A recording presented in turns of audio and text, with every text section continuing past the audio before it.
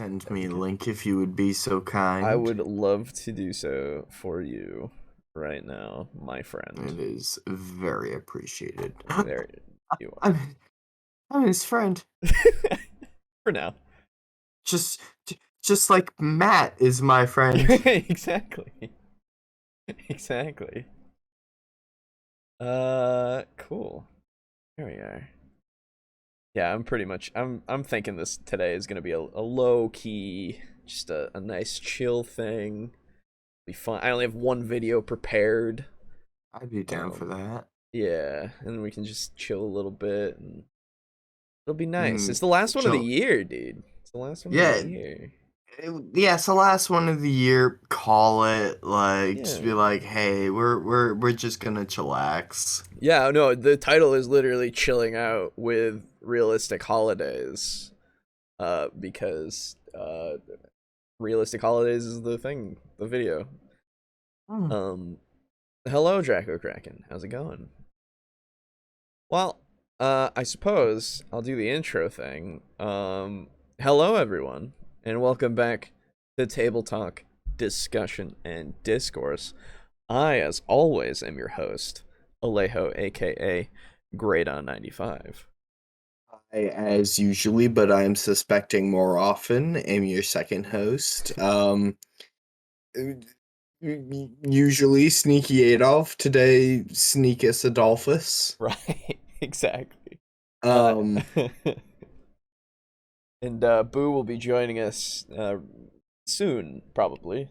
I don't would know. you deny this man the chance to get food? I would, if it was funny, but If yes, if we could turn it into a funny bit, if it he was a can funny bit, starve. yeah.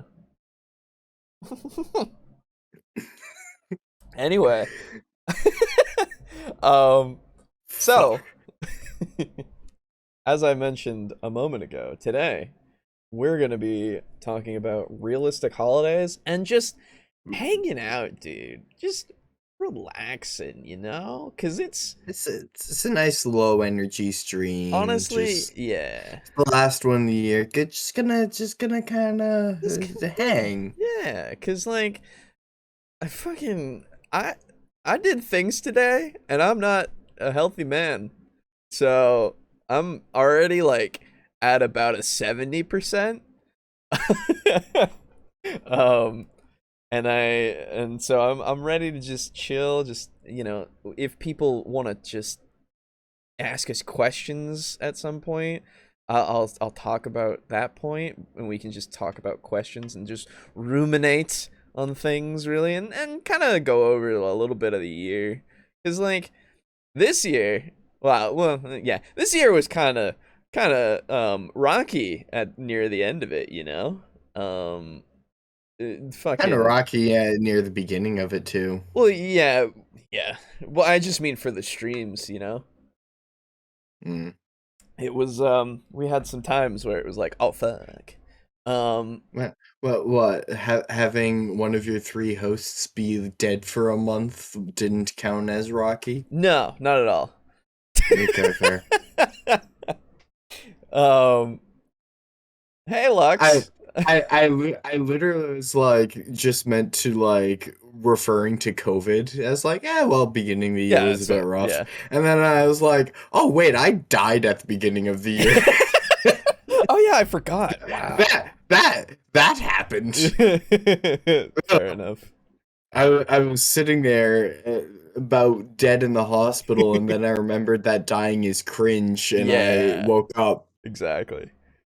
Tuesdays are one of my nights off for however long that lasts, so hello. That's awesome, Lux. Well, good to have you.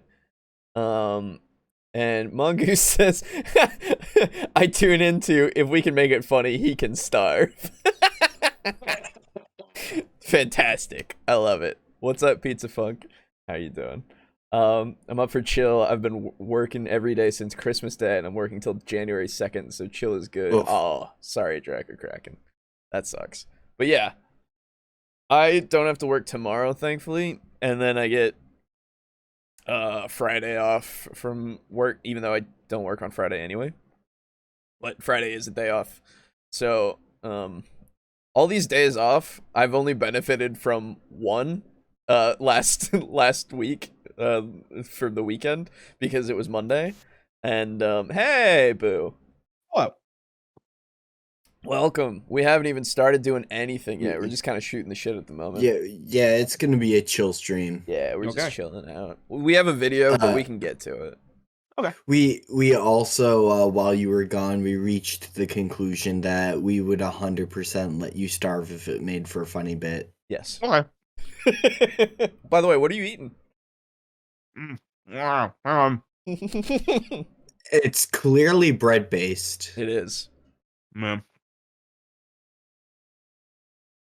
I've got chips, so on the border cantina style chips. Yep. A little bit of nice. sliced Colby Jack. Ooh. And then a pair of turkey sandwiches. Hey, look at you. Ooh, hey, there you go. There you go. What kind of chip? Oh wait, no, I can't. Yeah, on the border. Yeah. Good stuff. Nice and thin and crispy. Hell yeah. Yeah, they're delicious. Yes. Yeah. So basically, we'll get to the video. But basically today is chill, and then at some point we'll start talking about realistic holidays. The video is like 26 minutes long, but it's one from a creator that I'm usually quite a fan of, so shouldn't be too bad. Honestly, I don't think it'll be bad at all. But it'll get us thinking a little bit because I don't Scott know. Garibay? No, not today. No. No cut off their hands. No how to be a great GM either. No. Sorry. No, I think this is a creator that we covered when you were dead. I think so, yeah. Yeah, it's sick, so it's a callback. Yeah. It really works out. Yeah. Monarch. Hey, Aiden, January 2nd of last year, you like died. So we're gonna do a hot meme and do a callback for the end of the year. Woo! Should have waited till January. Yeah, you really should have waited. Like, what day is January 2nd on next year? Oh, I don't know. I don't think it's. It would be Monday, the 4th. It would be the Tuesday. Yeah, Sunday night. Yeah. Yep. Dang. Yeah. Well, my friends and I have D&D on Sundays. Yeah. So I get to show up and be like, "Sup, guys? And I died. Do I get inspiration?" Yeah, there you go.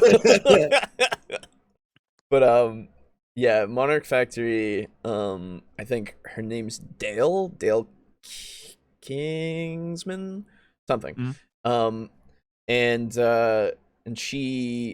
we covered.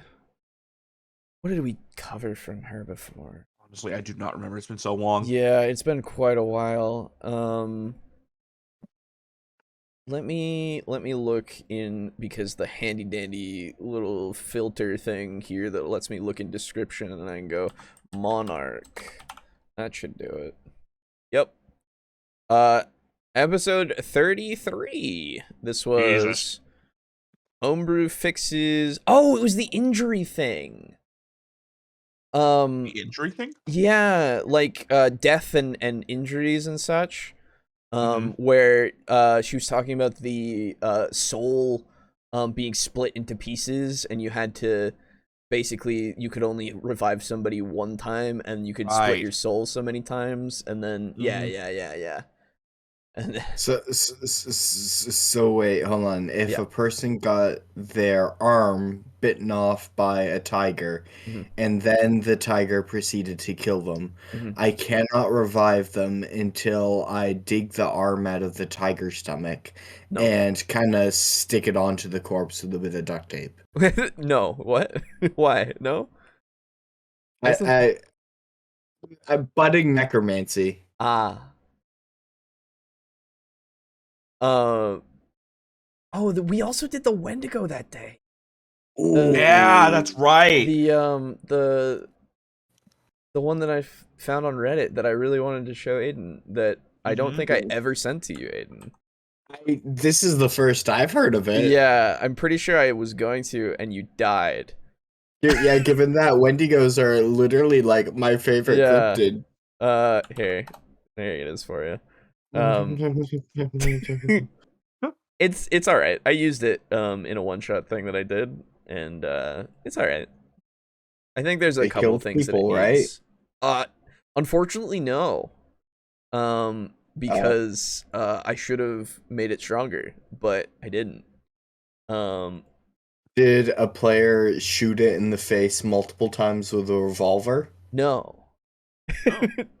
No, they did It sounds like they're doing it all wrong. That's true. That's the only way to really go against a cryptid. You're right.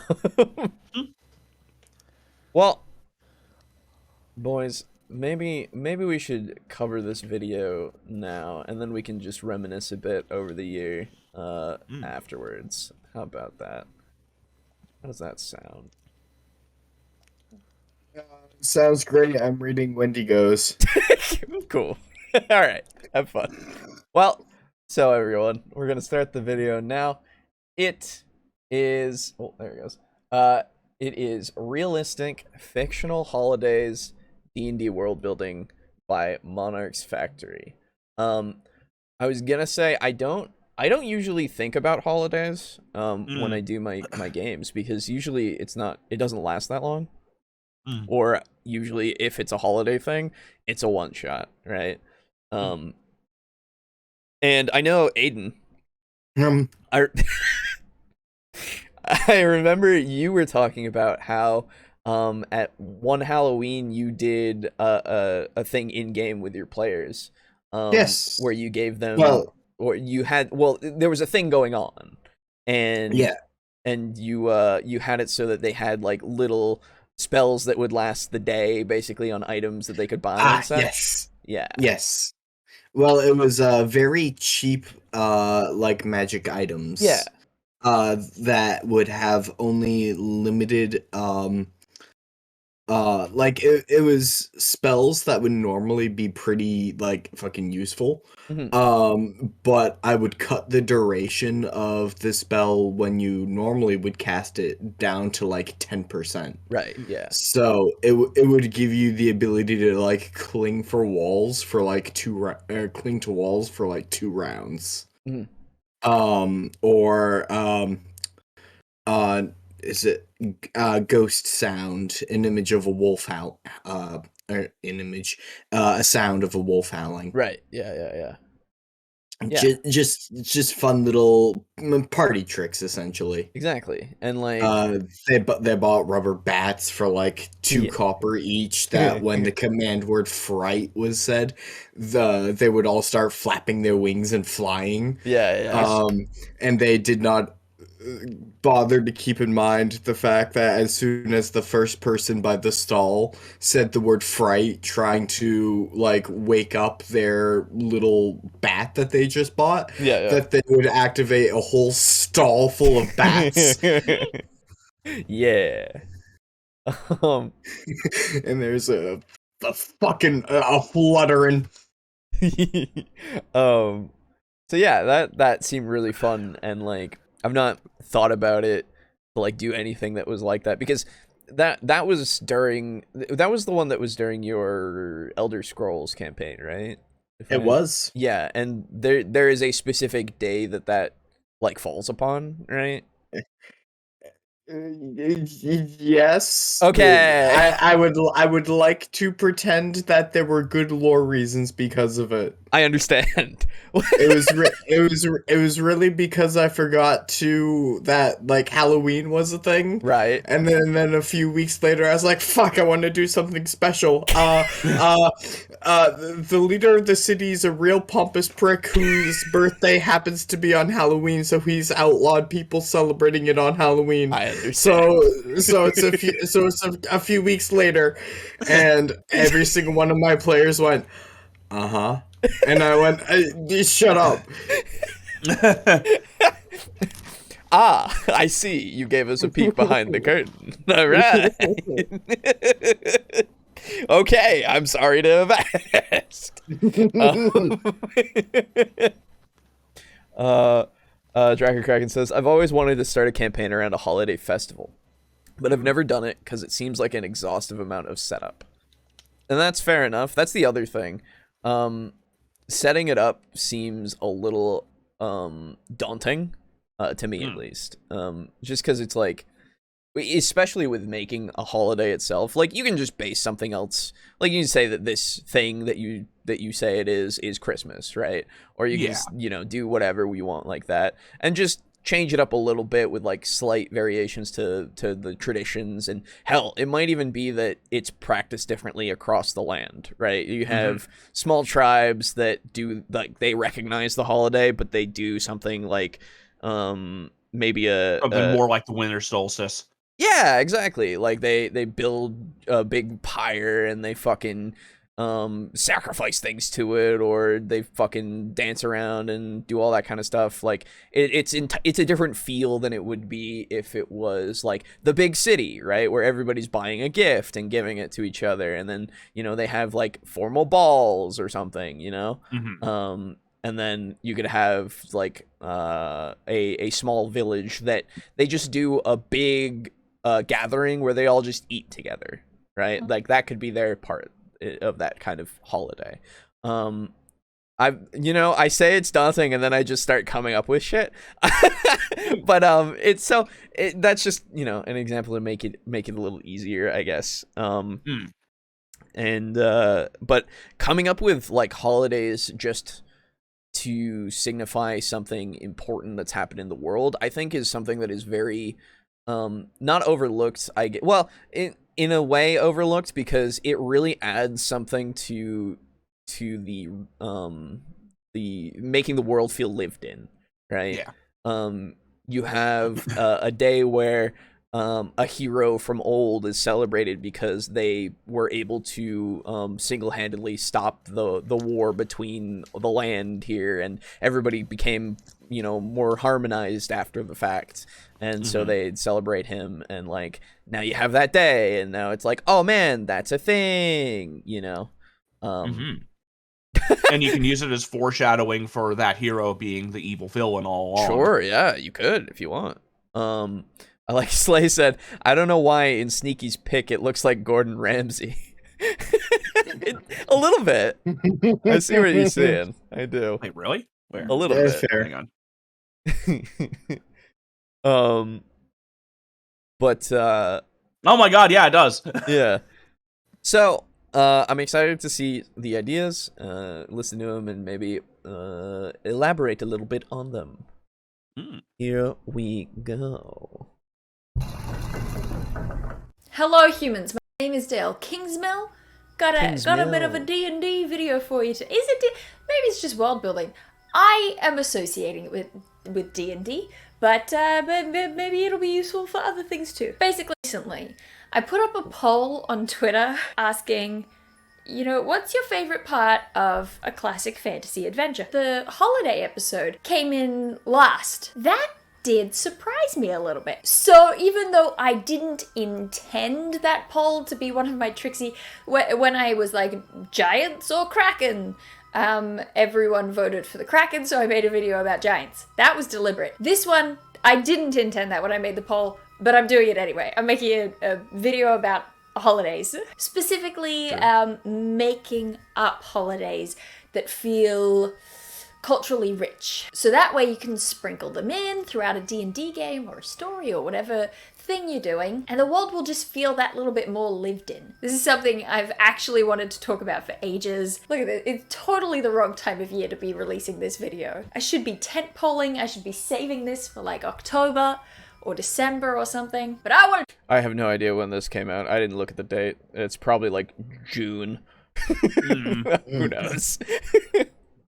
Talk about it now. I'm excited to talk about it, so suck it up. So I'm gonna start by doing a little breakdown, a little examination, a little research into why humans celebrate and the things that what do we celebrate. And that'll give you kind of a grounding and understanding of where it is that I'm coming from. A lot of interesting stuff to talk about there. And then we'll get to the sort of shortcut toolkit for making up your own holidays. I should say up top, disclaimer, I'm gonna be talking about the experience of holidays in a very general sense, very mainstream, because if I tried to cover like every individual possible experience of what holidays are like, we'd never get anywhere. So, True. What do we celebrate? Well, according to Mihai Rusu and Ismo Cantala, celebrations are ritual means of socially patterning time. So we have our sort of our micro cycle of time. You know, we've got our minutes, hours, days cycle that goes over and over again. And then we've got these rituals that take place sort of throughout that define time in a bigger way. The easiest way to think of that is like a birthday. That's a really easy way to separate a life into years rather than weeks or days or minutes. Celebration, they say, entails an experiential shift from the temporal realm made up of mundane durations to a very different regime where people release themselves from the mechanical dominion of the clock into the flow of festival time. Okay, so like I don't. That's very, very, very, very esoteric, but I mean, I suppose so. Yeah. Not really a criticism of her directly, right? But God, that definition is pretentious. Yeah, I was gonna say. But at the same time, it kind of is a criticism of hers. Yeah. Well, because she chose to represent that definition. Exactly. I feel like having a more layman's definition, if we're going to be looking at generalizing holiday experiences as well, like if we're gonna make this as, I guess, easily understood as possible, do so with your definition as well. Just because it. You know, yeah, it just feels like when I think of a holiday, yeah, I think that it is specifically meant to celebrate something that happened in the history of your world. Hint, all you world builders out there, make like a big war or something that happened, and that war had a turning point, maybe like the Battle of Thermopylae or something, where 300 hold out against 3,000. Sounds like something else.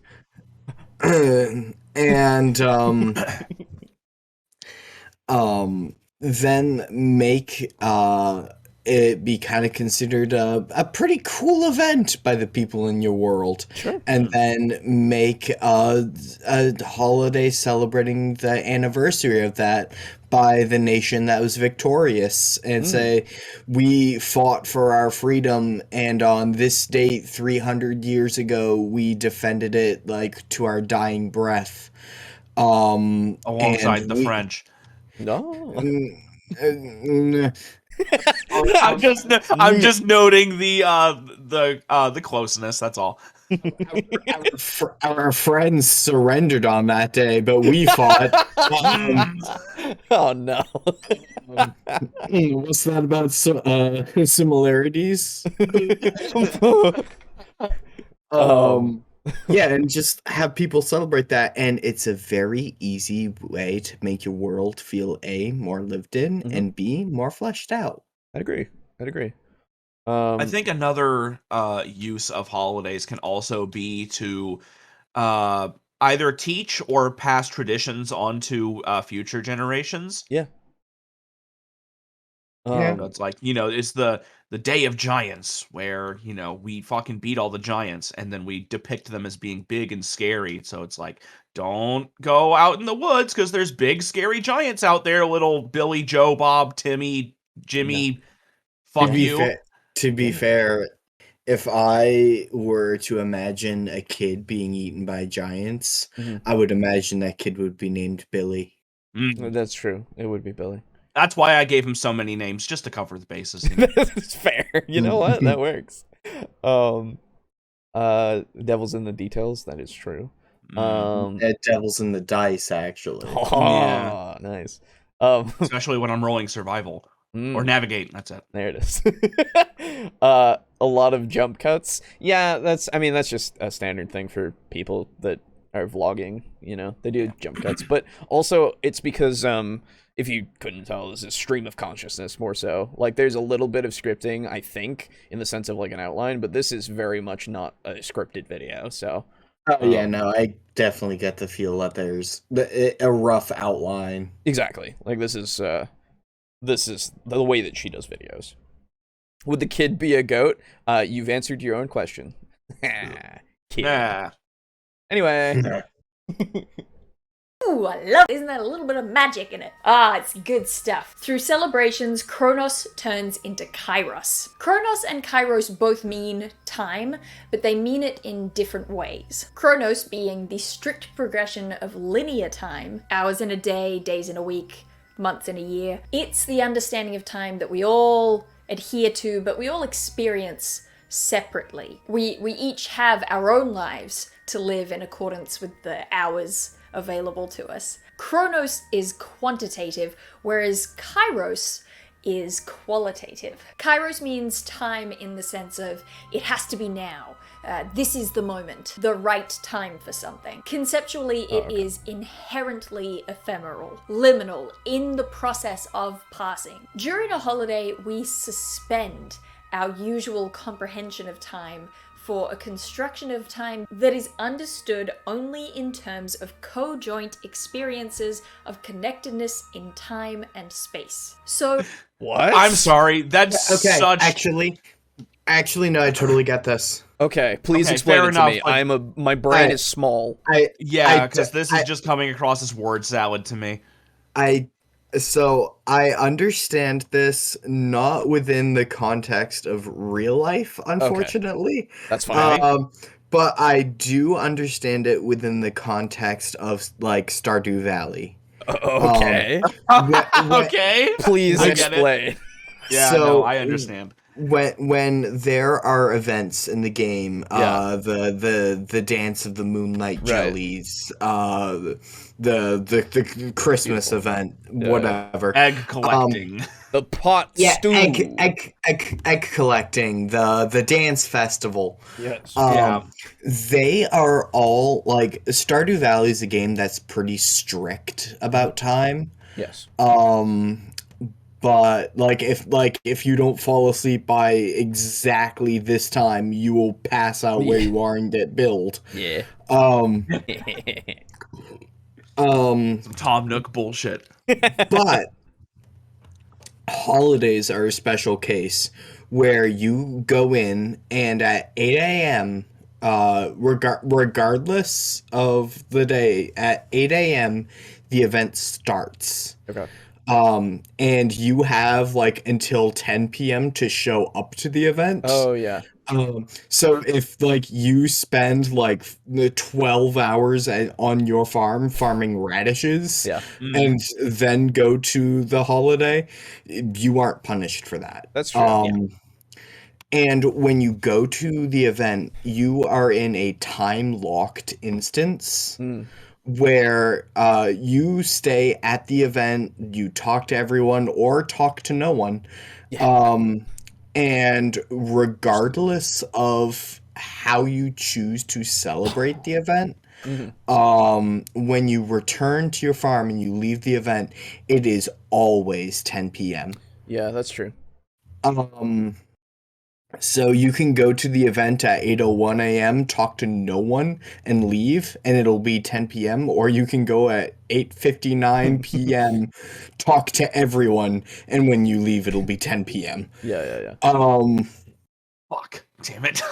Sorry. Go on. So it's sort of, I understand it's timeless in the moment, and it is also true that when I'm celebrating, say, to point to recent example, Christmas with my family, Right.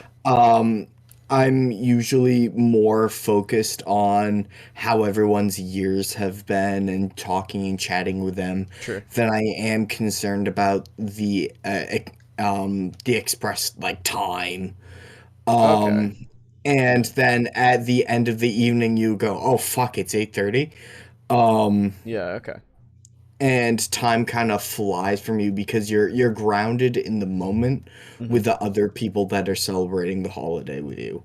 See, Okay. the thing is, I would Kairos. agree with that wholeheartedly if it wasn't such a common thing to happen when you're just doing normal things. Yes. Yeah, That's I the think. Well, problem. I think that's maybe that's just like the point of there being a distinction between Kairos and Chronos then, because I feel like in that case, then Kairos is happening a lot more than you like. It's not just a holiday thing. I think it's just being used here to really punctuate that. Yeah. I'm not sure. I have no fucking idea. I don't know. I'm just saying, it makes sense that it applies to more than just the holiday, I guess. I don't fucking know. Yeah. Mongoose says that was a lot of jargon. It feels kind of like it, but Aiden's got a big brain, so it's okay. It may be big, but fuck, is it smooth? Yeah, well, and then Drakenkraken says, to take a more medical stab at what she said, the passage of time is short-term memory. In short-term memory is experienced in measurable increments, while long-term memories seem timeless because the events are what's key. The brain cannot process such granular detail into long-term memory because it would overload you. Yes. Yeah. Okay. So if that's the case, then it, in the sense of like, if that's what she's saying, sure, I agree. Yeah, I don't usually when I think of holidays, I'm like, oh yeah, and this was where I was going initially with this point is, I think, oh yeah, it's to celebrate a point in history. I don't think, oh yeah, holidays are this weird timeless thing. Yeah, it's strange. Yeah. Don't worry, Mongoose. I know you weren't talking about Aiden. I know you're talking about the actual video. That's why I was just saying Aiden has the ability to comprehend it. I think they were talking about me, and Well, I'm deeply offended. Okay. You know what? That's your privilege. At first I thought you were gonna be like, no, he's not talking about you, and I was gonna immediately like raise my voice and be like, you don't get to decide how offended I am. Yeah. Don't worry, I already went there for you.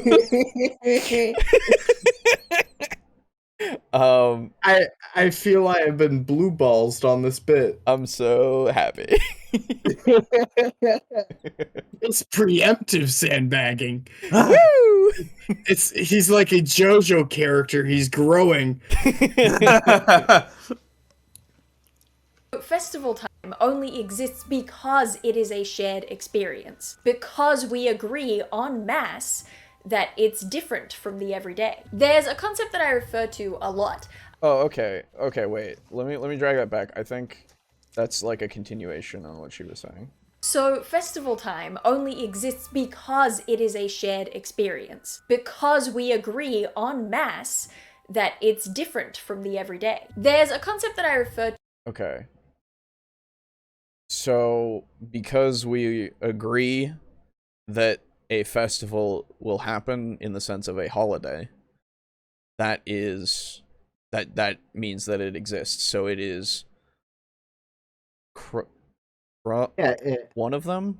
One of the Chronos or Kairos? I don't remember. No, that's not related to Chronos or Kairos.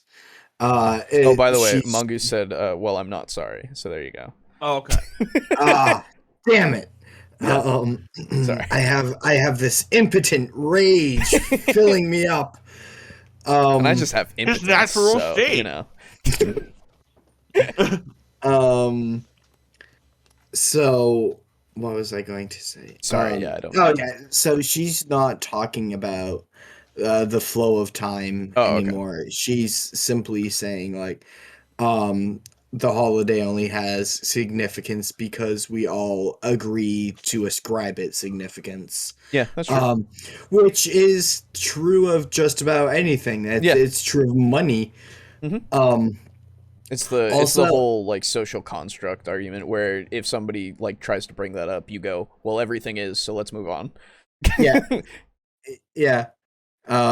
When you can dismantle a whole person's whole argument by saying the words you're using are all made up. Yeah, which is like the worst argument. Because it's like, oh, okay, so nothing matters? Neat. All right. Anyway. Also, as a side note, I adore her sweater. Yeah, it's pretty nice. It's got little dinos on it. Little dino mans. Yeah. Oh, I didn't notice those. Yeah. But isn't most of life a shared experience? Yeah. So we agreed to share in holidays. I don't know, man. I'm lost on the explanation. I want to get to the making holidays in a TTRPG. Yeah, you know? right. Like I appreciate all this because she's trying to teach me something, but my brain is rejecting it apparently. Lex says, I'm a little lost on this Chronos versus Kairos thing, but I think the more important purpose of holidays has to do with maintaining a cultural identity. Yeah, it could be. I don't know. I mean, so I think is it maintaining a cultural identity when you just celebrate like the passing of something? Like is it strictly pertaining to cultural identity? I don't actually know. I'm asking. So I would weigh in that a lot of holidays, specifically the biggest holidays, right, have cultural or religious significance. That is true. The Hanukkah, Christmas, the 4th of July. The 4th of July. Yeah. Halloween. Yeah, Halloween, yeah. Yeah, Halloween. And in having a deep religious significance, it achieves two things. The first of which is it means that it will be celebrated more consistently by practitioners of that faith. Right. And as such is a holiday that is more likely to survive. We celebrate birthdays while the person's alive, but we don't celebrate the person's birthday once they're dead. But we celebrate Christmas every year. Right. Even though Jesus died a long time ago. Jesus pulled a big old die like a bitch. Well, he was killed most horribly, but I was gonna say. Fine. You know what? I'll apologize and correct myself. He pulled a big old get murdered like a bitch. There we go. Okay, sure. I'll let you fucking jump on the grenade. I don't care. Fucking turn the other cheek. There you go. Hey. So.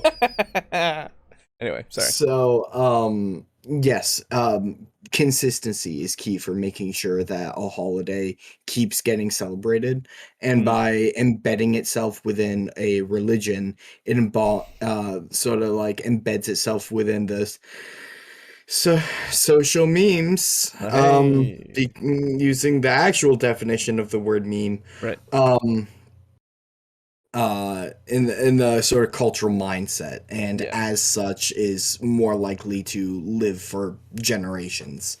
The second thing it does is it makes every practitioner of that faith, and indeed every practitioner of that holiday, feel involved in something, feel accepted within something greater than themselves, which is something religion does to somewhat of an extent, but if everyone's celebrating a holiday together, it does it even more so. That's true. And that's the thing about we squishy humans, is we like to feel like we belong. That is true. Yep. And holidays are a fantastic vehicle for achieving that. That's true. So holidays are typically pretty religious, and as such can spread across cultures. People in France celebrate Christmas with Americans. But holidays can also have deep cultural meanings, such as the 4th of July for us. France, despite the fact that France excels at rebelling against government, That's true. they don't celebrate the holiday of rebelling against government. That is the 4th of July. That's a squarely American thing. Yeah. Okay. Yeah. No, you're right. Okay. That's a very unflattering frame. Yeah, well, in terms of world building, I mean, well, yeah. So, well, this is the thing. We can extrapolate from like real life to help with world building. So plus everything that Aiden said can also be applied to world building in D&D or any TTRPG. So, it's one of those things where sometimes the real life is the good thing to take things from, because you can base a lot of things off real life in a TTRPG. It's not like it's a problem or anything. Wait. Uh-oh. Anyway. Literally, the players in my campaign actually are crossing over from like into there's sort of a confederacy that's a nation in and of itself, the independent republics of Perignus, that are slowly spreading across and building up a confederacy against the Relnarian Empire. And they are going to be going into a town that literally 2 months ago was like 3 months ago was like in the Relnarian Empire. 2 months ago it's in Perignus. Interesting. Like it was recently like there was recently a battle there.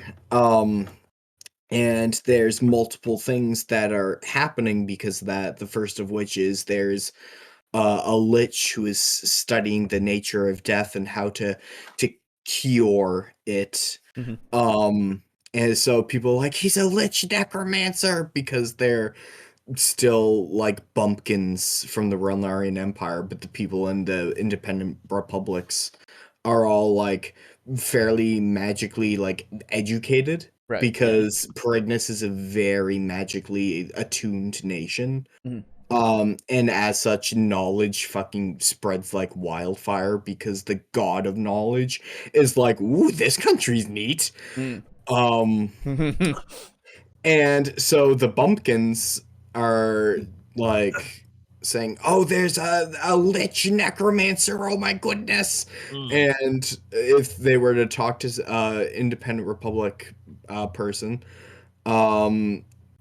they'd be like, yeah, no, there's a lich, but he's a fairly good guy, and he went here to a battlefield because, like, does a doctor who's studying a plague not surround himself with patients? Yeah. That makes sense. So he's a plague doctor. Yeah, he's going to where there is death so he can study death. And as Perignus is like marching up the Relnarian Empire, he's like kind of packing up his bags and following along. Hey guys, hold on! I need that corpse. People are like, dude, there was a tower that wasn't there yesterday, and he's like subsisting himself off of the souls of like chickens. Nice. Because a lich still needs to absorb souls. Yeah. So he just magically creates like a fucking shit ton of chickens. Nice. Ritualistically kills them all to absorb their souls, and he's like, I'm dead, I don't eat. Do you all, like, if you promise not to dig out your pitchforks, you can have a chicken.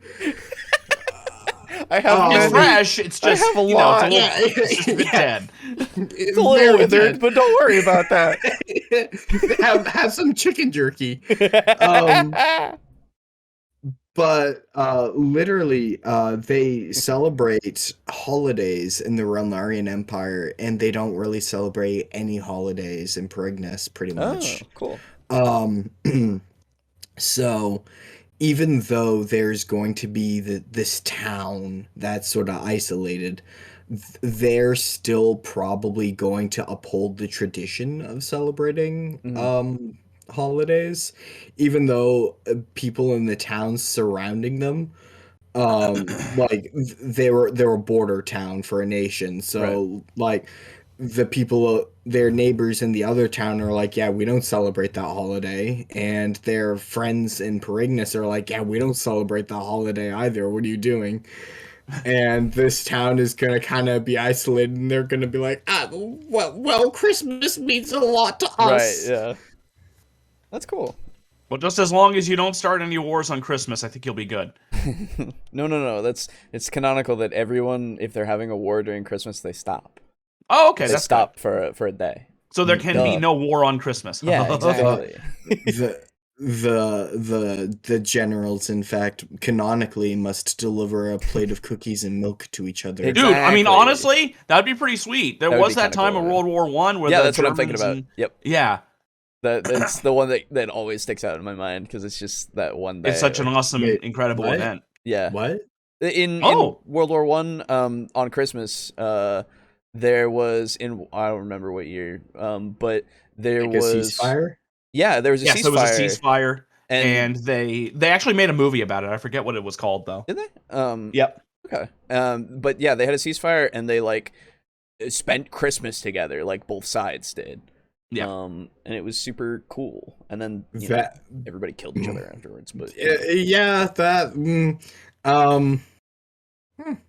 It's just one of those things that's just a neat thing to learn about. Yeah. Yeah, I'll pass the gravy over here. Oh, sure, you pass the gravy to someone you're gonna shoot in the fucking face tomorrow. Yeah, basically. I think, if I remember correctly, that none of them really wanted to go back to the shooting and the killing. Yeah, no shit. They broke bread together. Yeah. Yeah. That's fair enough. Yeah, I don't know too much about it. I just know about that happening, so I don't know. Yeah. Do your own research. I'm not a fucking history teacher. Get out of here.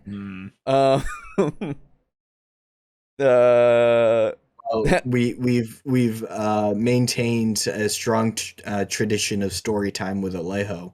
Oh fuck, that's true. After hearing about the kid rolling down the hill. Hey man, hey, don't worry. I gotta retell that story. I'll do it at some point. Now that my voice is back and I'm not like coughing every day, I'm gonna do it soon. Yes, my holiday boba tea day has a deep religious significance that has been lost to time. Yeah. And how do you know it? It's been lost to time. Would a fried chicken that has its soul ripped out still be soul food? Great question. It'd be anti-soul food. There you go. There's your answer, canonically. It's a chicken that no matter how much flour and egg you dredge it in, and then no matter how hot the oil is, it cannot fry. True. Oh my god, that sounds awful. On the other hand, George Washington crossed the Delaware to kill the British soldiers in their sleep on Christmas morning. Yeah, don't worry about that. That was cool. Yeah. Oh, hey, cool, bot. Wow, I'm gonna fucking. But it's okay because he's an American hero. Yeah, exactly. It's fine if he's an American hero. Yeah. Sabaton made a song about it called "The Christmas Truce." There you go. Oh. I deeply enjoy Sabaton, so I will make sure to listen to it. There you go. All right, let's continue. To a lot, and it's called Huizinga's Magic Circle. I'm sort of skipping to the end a little bit here with this concept, but it can be employed in order to talk about how society is basically made up of a bunch of games when we get down to it, really. We make up rules and we stick to them. We Easy now, you're starting to sound a lot like the Joker. Yeah, we do live in a society. I mean, is willingly abide by the rules of the game. So take a courtroom, for example. Great example. Okay. The person at the front in the tall chair with the snazzy wig on, they get to tell the people at the two tables what they have to do. And those two people, mostly, they do it. Because if they didn't, there would be socially condoned consequences for that. All money, in my country at least, is made of plastic.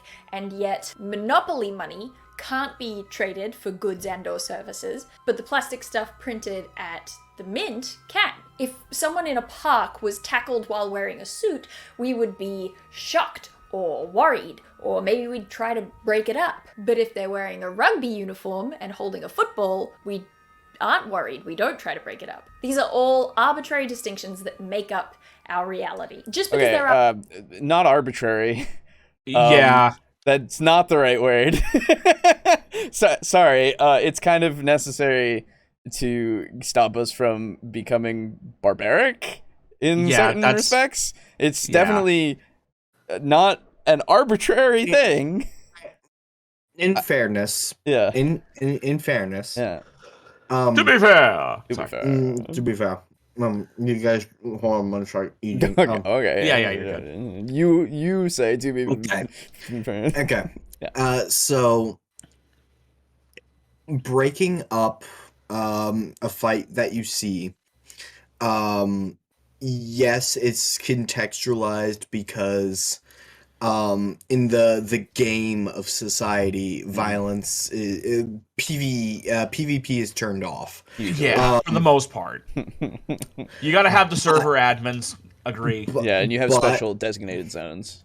But usually, anyway. If you see a designated zone where two players have engaged in a duel, aka rugby, you know that is a game that has agreed upon amounts of violence. Yep.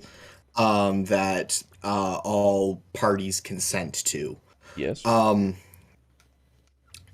Now, this is intentionally kind of a myopic view upon the nature of upon the nature of agreed upon violence, in my opinion. Yeah. Because one could very simply say, within society we don't do this. Exactly. But I see a game over there, and that game has violence, and it has meaning to me that carries, like, I know that game has a risk of violence. As such, I feel less concerned because I know, and ostensibly the players knew, that there was a risk of violence. But that doesn't mean that society is a game. Yeah, it also is an arbitrary. That just like could very easily be society's a normal thing, and then I see a game. Point totally works. Point also totally works if you say, "Oh, society's a game and rugby's a different game." Right. It's like the point works whether or not you define society as a game. Sure. And as such, cannot be valid proof that society is a game. I would agree. Also, arbitrary is stupid to use. It's not right. Arbitrary is definitely wrong. Yeah. Fun fact: American money is a mix of paper and denim. Yes. Yes. It is. Yes. So you can launder it. Yes. Yeah. Maybe not. Cozy. Thank you, Pizza Funk, for that wonderful quote. Arbitrary. That doesn't mean saying that they are silly distinctions or that they are unnecessary. Speaking of which, I've heard, I was on Twitter today and I saw Cody has COVID, and yeah, I did see that. Yeah, I hope he feels better. Cody, yeah. Yes, Kobe. Taking 20. Yes. Yeah, Kobe. Yes. Yeah. But yeah, no, that sucks. I hope he gets better soon.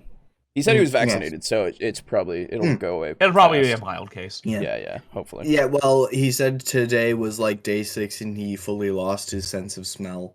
Oh, shit. So my understanding, given that is the only thing I've seen of his recently, would be that if you're losing your sense of smell, it is ostensibly kicking your ass. Yeah. Like, I had a friend up here a couple weeks ago who had COVID too, and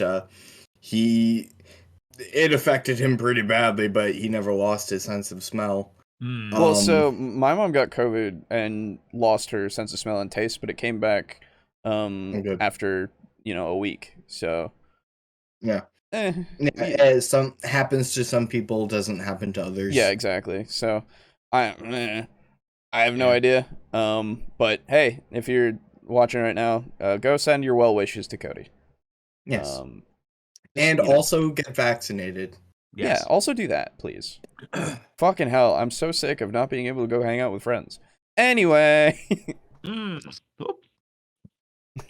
Necessary, or they are fake even. They're real because we believe in them, because we agree to abide by those rules. Society only really functions but that because doesn't mean that they're of these games. Like, I understand you before you said it's not arbitrary because of these reasons, but arbitrary, the word, is wrong. So I'm sorry, it still doesn't fit. I'm just no one was thinking when you said, well, some people probably were thinking that you said that they were silly and they weren't necessary or something. Well, no, that's not one of the ones you said, but I thought you said they weren't necessary because arbitrary. But it doesn't work. I'm sorry. Yeah. So that construction, that's the typical order of things. Where Chronos, as a construction of time, adheres to that order, right? It's one of those rule sets that we agree to while playing the game that is society. Kairos, as a construction of time, allows us to change the rules just for a little bit. During a holiday, time is out of joint, and we lean into that. We reinforce it. We encourage it in a number of different ways. We decorate spaces to physically reflect the shared, altered perception of time. You know, it's Christmas, so let's put lights on all the buildings. That habit of decoration is particular. I think you are mixing up a symptom and a cause. Yeah, I don't understand anymore. Celebrating or decorating a tree or your like donning your halls, like that is because a person is already celebrating Christmas. Yeah. That isn't a reflection kind of them doing. Yeah, it's a ritual. But it's not meant to. No person who's hanging up streamers goes, yes, we shall stop time. Yeah, that's this whole thing about it being like out of time in a way. It's like I think you're trying to make it sound like smarter way than it grander is. than it actually is. Exactly. Trying to romanticize a mundane event. Romanticize. That's a perfect word for it. Yes. And also, I feel like I have to ask, because I don't know how many times it's actually been asked, but when the fuck are we gonna get to tabletop RPG holidays? It's all set. It's all set up to get us to understand where her mindset is. Or something. For fuck's sake! I know. It's. I don't know. I get it. Like that this point has dragged on for a bit. It has, no doubt. It has been exacerbated by the fact that we pause every 20 seconds. But we do. I'm not criticizing it. I'm just saying that that's exacerbating it a little. Yeah. But while I do agree that this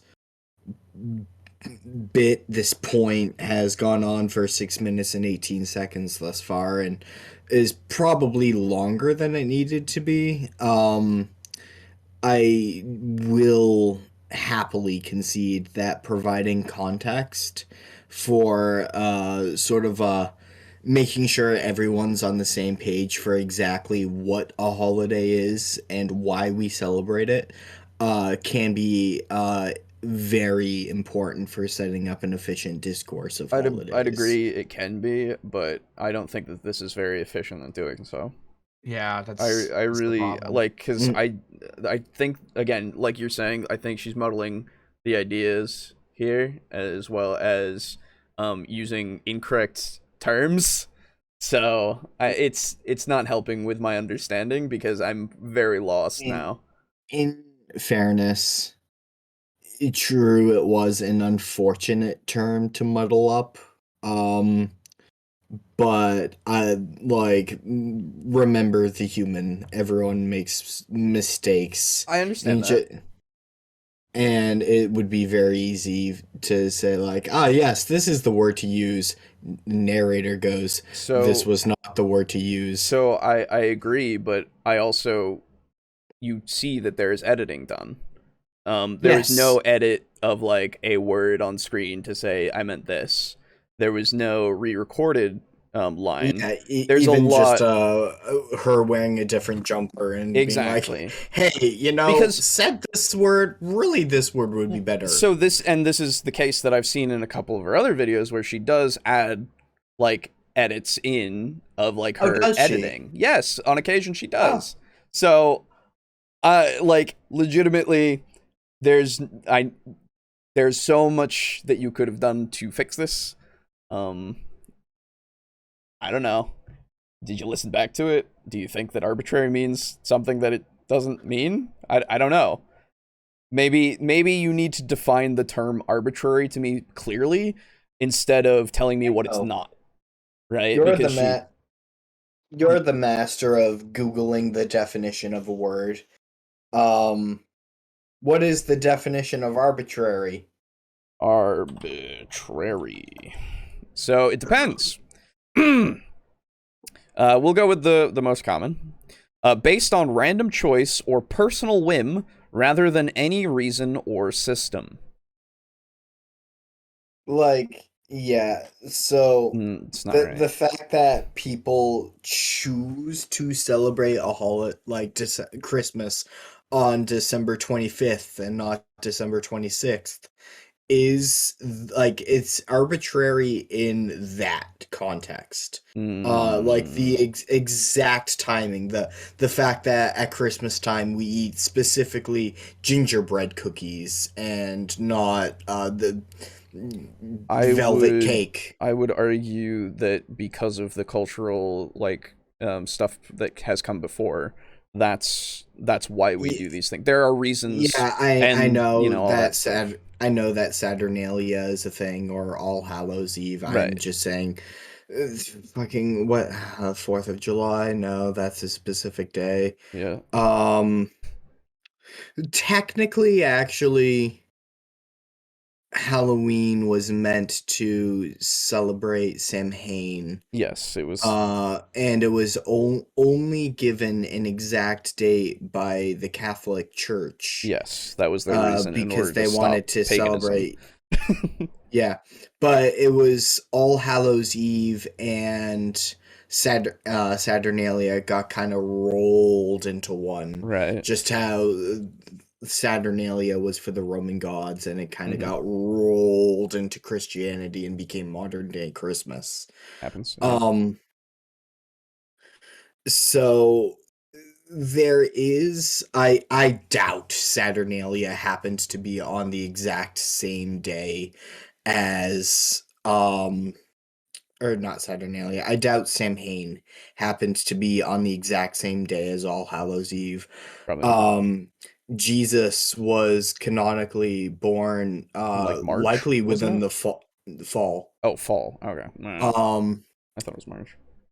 But it became December 25th is Jesus's birthday. Because Solstice. there is sort of a natural bit of leniency with timing. And as such, I would find that leniency indicative of there's a bit of arbitrariness.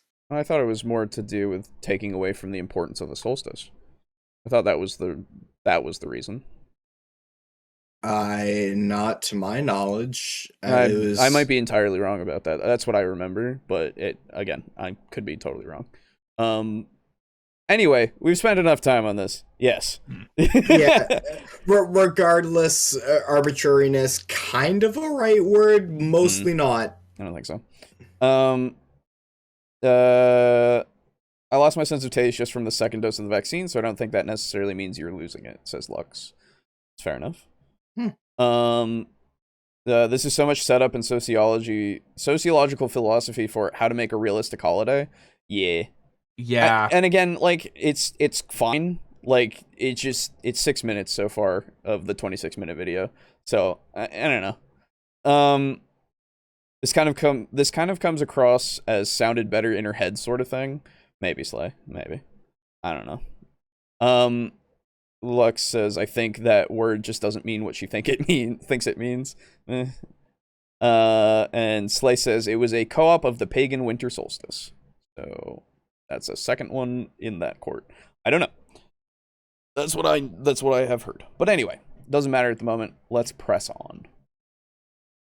Particularly interests me. Where usually time and space occupy different zones of experience, festivity disconnects the flow of time, and we let time sort of colonize space, the spatial experience, in a way that I'm just gonna let her go. I don't care. For a short time, they fuse together, allowing the ordinary limitations. This is some Garibay level shit now. No, I don't think so. I think with that kind of like psychobabble, I think so. No. I think this is she has an idea of something and she's trying to express it in a way that makes sense to her. It's just that she hasn't set up enough for us to also understand, and we also don't come from the same background of whatever this is.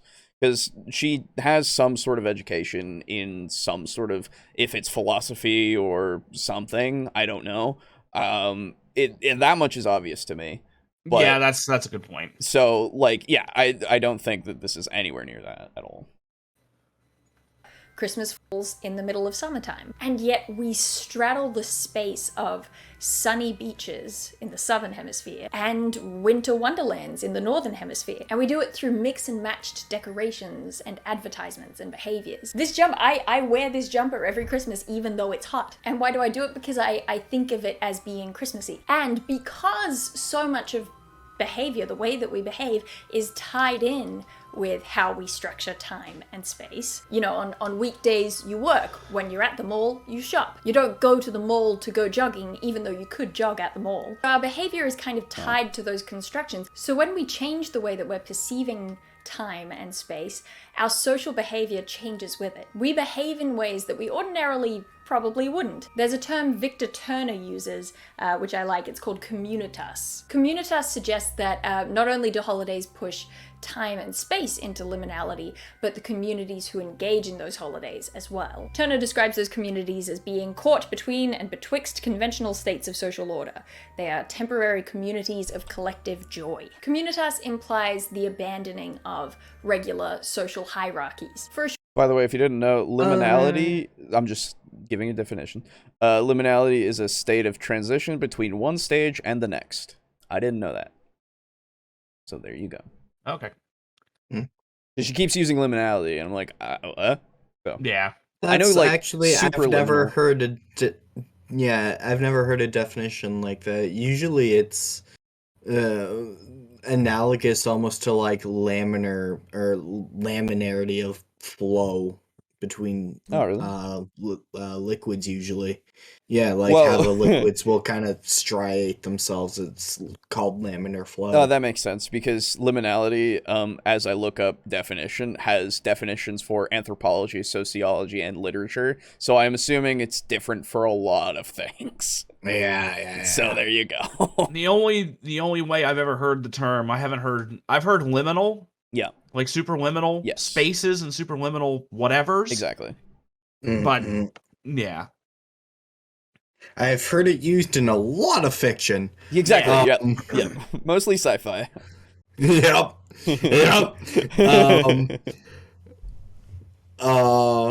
But while it is, I would actually agree with this point, the fact that the social sort of constructs, the games, I guess you could say, that we play. Fuck, I just realized I said the word games, which was a whole point that she made about how society is a game. It's probably why you made it, or why you said it. Probably because it was in my mind. But like, if I'm celebrating Christmas at a big old Christmas Eve party, and attended by hundreds of people, and I saw look at you, Mr. Popular. Fuck. And I saw the mayor of the town. Oh, Jesus, all right. I'd be like, sup, Rick? And I would call him Rick because at the event he would be my friend. Yeah. But- And then Very true. after saying "Sup, Rick," you would say, "Where's my money?" Yes, that's right. But if I saw him like 2 days later, I'd be like, sup, Mr. Pickle. Right. Yeah. I hate you. I hate you so much. I hate everything about this. This is like when I made the whole bit of Maurice that lasted like 4 or 5 hours. Oh God. All right. Some call him the gangster of love. Short time pulling this together. We're all experiencing the same thing together. So again, think about the active community that is putting up Christmas lights. None of us have to talk to one another in order to organize it. We probably will continue not to talk to each other once we've done it, even as we travel around and enjoy the results. But the individual act, putting lights up on your own house, becomes an active community. Someone could be out alone on a boat in the middle of the ocean, but if they drape tinsel around on the 25th, they too are taking part in this altered perception of time. They're kind of transcending space in order to still be part of the community, even while separate. They would become enveloped in that same communitas. They're part of it too. In 1914, the first year of the Great War, in the week leading up to the 25th, around 100,000 soldiers on the Western Front from all sides climbed out of the trenches. They began singing Christmas carols. They played soccer. They exchanged gifts. They just collectively decided it isn't wartime right now. It's Christmas. So, holidays, days of celebration, enable us an ephemeral escape from the constraints of both time and space into this other liminal, experiential reality. A reality that we all implicitly participate into existence. Okay, so in general, I just want to say I'm not gonna like shit on this philosophy stuff because I don't understand it. What I will say is that I don't think that this is the case in the sense of just how reality is, and we don't view it as such. Like we just look at reality as reality. If sociologists and psychologists and whatever they look at it, and philosophy people, they look at it and they go, philosophizers. Thank you, yes. And they all go, this is the way this is because of this. I don't care. I don't care. That's fine. You can say whatever you want. It does not change my view of I will hang a light because I like the light. You know, like it doesn't need to have a deeper meaning to me in that respect. I'm okay. Yeah. So I'm glad for all of this. You've given me some food for thought, though most of my thoughts are, yeah, most of my thoughts are, I should probably get another turkey sandwich. That's fine. So obviously, if somebody wanted to educate me on this, you'd have to catch me at a time where I'm more open to it, because right now I was expecting something else. I kind of just want to talk about fucking RPGs, I kind of want to just 10 minutes. Yeah, I kind of want to just brainstorm about, how to make holidays, and I want you to help facilitate that. With all of that in mind, that liminality, let's take a look at the things that we do celebrate. Let's look at some of the big ones. The sort of major holiday concepts tend to get grouped into public holidays or private holidays. Okay. So let's take a look at some of the big ones, at least for my context. There tends to be a holiday celebrating the new year. We may have different concepts of when the new year begins, or how long a year is, but we tend to celebrate it when we reach the next one. We tend to celebrate spring renewal, midsummer, high summer, the middle of summer. We celebrate the harvest, and we celebrate midwinter. We might call them different things. The spring renewal might become Easter. The winter solstice might become Christmas, or Winter's Crest, or the Crystal Feast. But I would argue that part of the reason that we see these patterns of celebrating the same sort of times of year as big sort of group celebrations is because these are already liminal times. Look at that, you're changing to the new year. Janus was the god of the new year in Rome.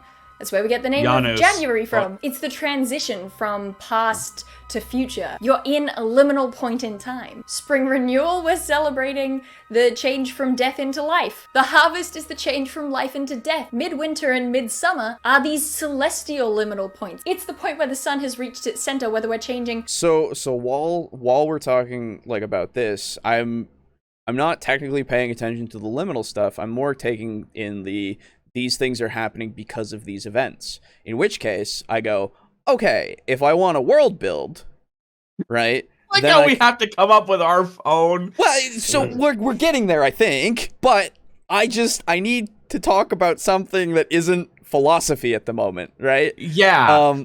So yes, Draco Kraken, New Year's, solstices, and equinoxes. Yes. So each of those being their own thing, that is where you can start with your world building of like, these are how these are celebrated. Because like, she even said we have different kind of New Year's things because we have New Year's, right? And that is like usually a global kind of thing. There's also the Chinese New Year, which is itself its own celebration. I don't know of any others, but there probably are. I have no idea. But you have two examples there that you can kind of draw from where, hell, in your world, you could have the New Year that is,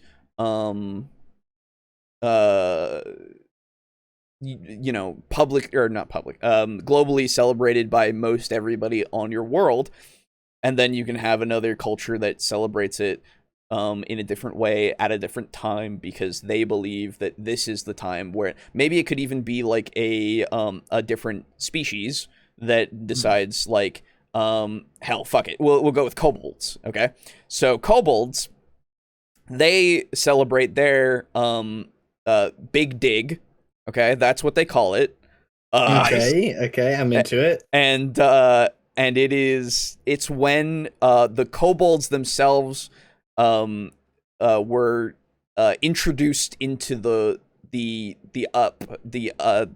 light, where they came out of underground, where they finally discovered the above, and the big dig. The big dig. They dug up. They dug up like a big dig. They dug up, and That's because funny. of it, that is their that's like a significant thing that they do every year, and that's how they know that a whole year has passed, because they celebrate the big dig, and they all come up and they get out of the hole, and they like dance around and kind of enjoy the sunlight and shit. Yeah.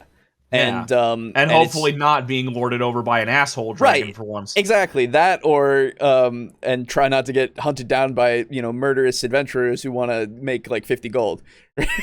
Yeah, like it's a lot of money for kobold ears. Yeah, exactly. It really is Christmas time. Exactly. Yeah, they celebrate it by having members of the community essentially get like buried alive, and then they have to dig their way out. Yeah, and then there's adventurers and dragons running around who are spooky, scary monsters. Yeah, totally. I could see them doing that at the beach where they just get buried in sand. Yeah, and then the ones that can dig out first win a prize or something. And it turns out it's just like a stick. You can have it be a whole bunch of things that involve digging. That is like a part of the games and such that they do during the holiday. So there you go. There's an example for you. And hey, it only took us a couple minutes, and she's not even on it yet. Well, I'm not gonna get over this. I understand. That's like seriously. That's what I meant when this is like Garibay level stuff. Oh, that it's just it's meandering. Because it's just taking so long to get to any point. I guess so.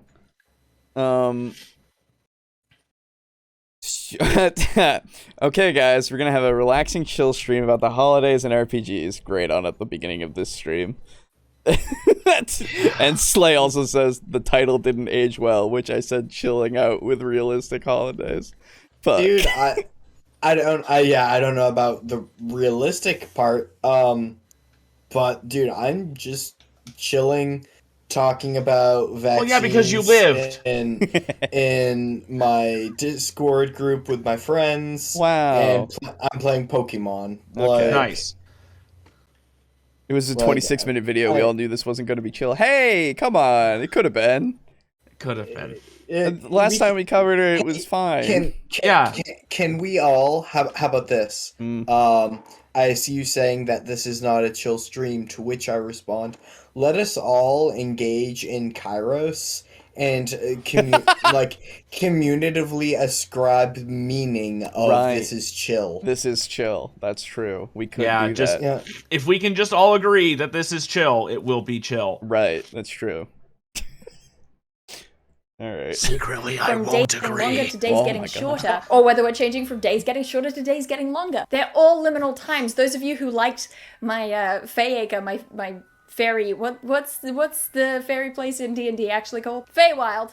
You'll be psyched to see how this already fits in. I talked in that video about how we associate magic with the thinning of barriers between worlds, and that tends to happen in liminal spaces and liminal times. Doorways are a big thing. Ruins, because they're both inside and outside. And times of year, it's like Halloween, it's Samhain, it's the solstice. Those are the things that we celebrate. It's festival time. It's a perfect match. So the big public holidays tend to be transitional liminal times. But the private holidays are no different. They're just a personal liminal time. What are the things that we celebrate? We celebrate births, deaths, and marriages. I know that that's funny, but also it's a great way to remember it, and it's true. Yeah. You can kind of chuck in there as well, but we don't really celebrate death because.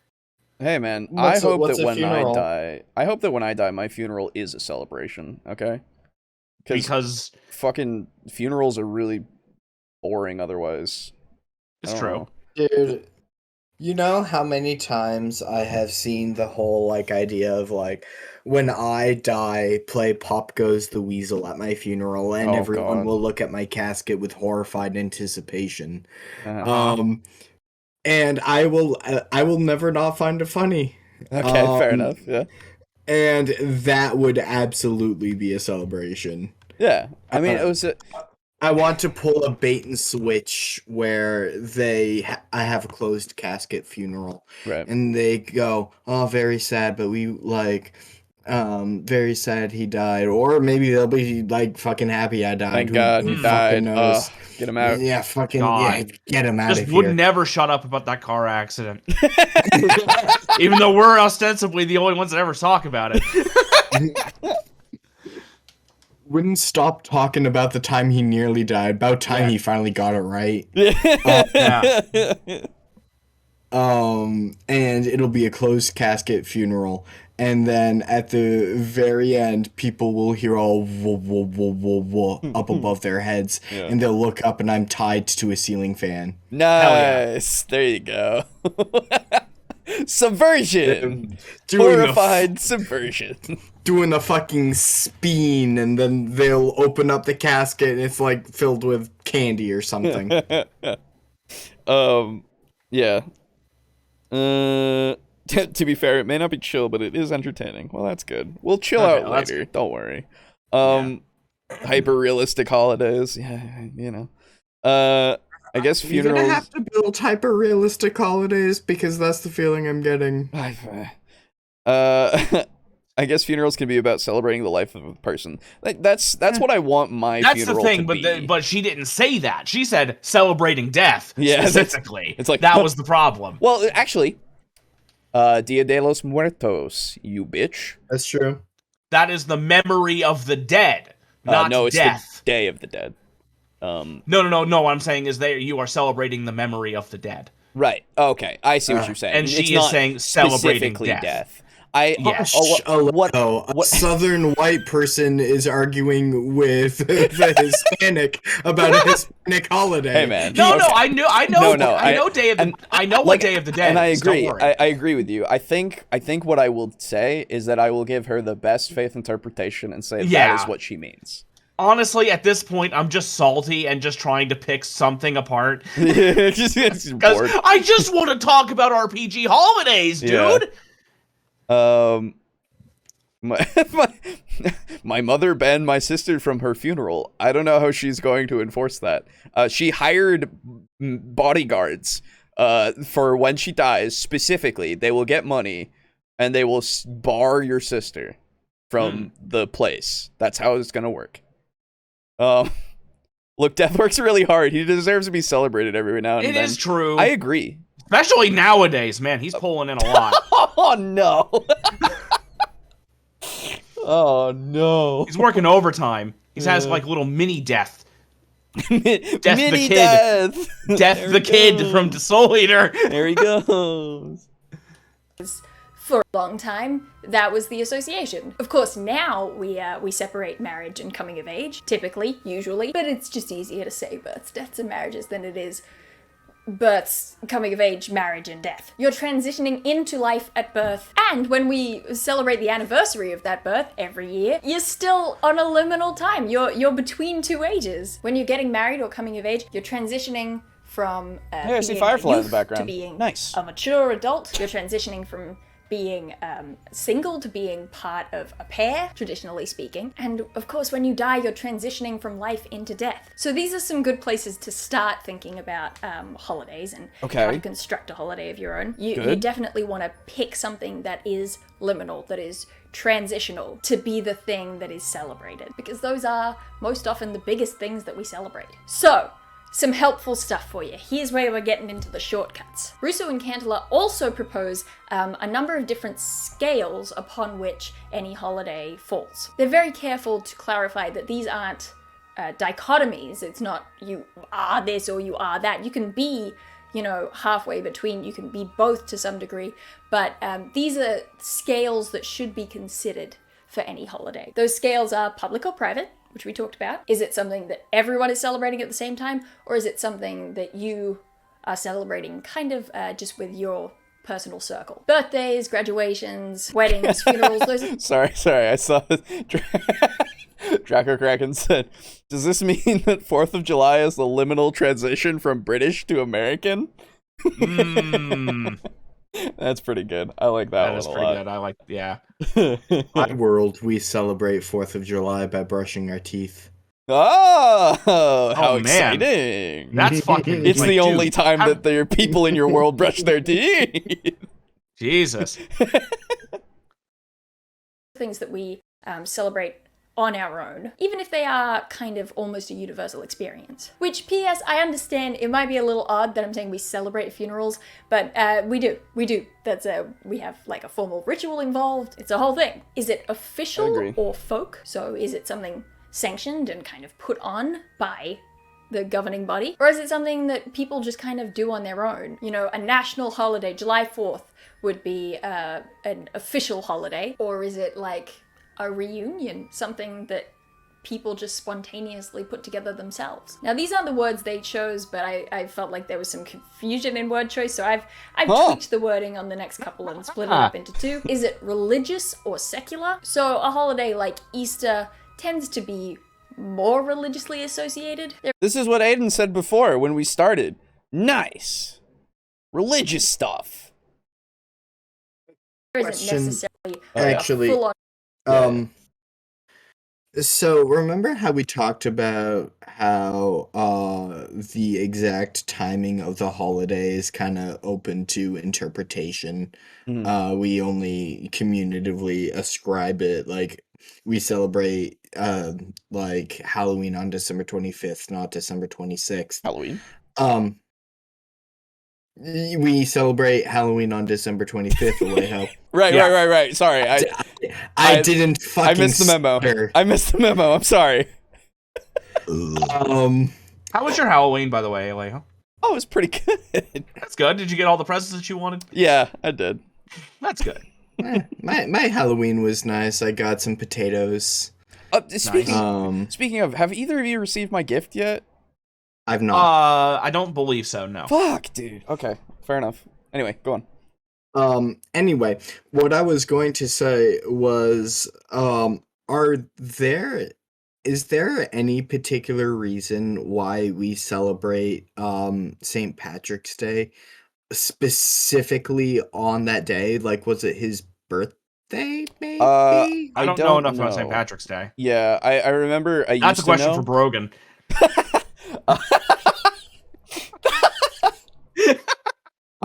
I is it because he drinks or is it because he's sorry, both? Yeah, okay, yeah, there, okay, anyway, the awkward moment when you accidentally become a stereotype. Accidentally? Yeah, sorry. No, you're good. Yeah, I don't know. I think it might be the whole, like, what he did. I don't actually know, because I don't remember what he did either to make himself, like, a saint. So, further research is required for that, I would say. That is not going to be done by me, because I don't care. Yes. A fun participation by people who aren't religious. Whereas a secular holiday, here's an example of something that can be split between them. Christmas can be very religious. It can be, putting the Christ in Christmas. Oh, hey, so I've just realized we're at the part where we could actually start talking about things again. Again! So what I mean is, we kind of brushed over the public and private holiday thing.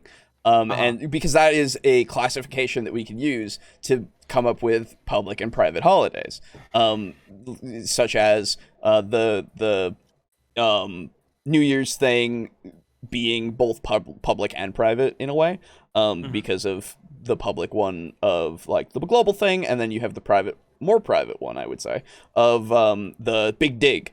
And so there's another, I would say, something like having a small town in your world that celebrates a day because of their belief in, and we'll be kind of loose with gods and all that kind of stuff in this example, because some cultures would believe more in spirits than they would in gods per se. And so you could have this one town that really believes in, like, the spirit of the hearth, right? The spirit of home, right? And they celebrate maybe even more than annually. It could be monthly. Celebrate a day to kind of convene with this spirit of the hearth, for keeping their homes safe, warm, a place to eat, all that kind of stuff.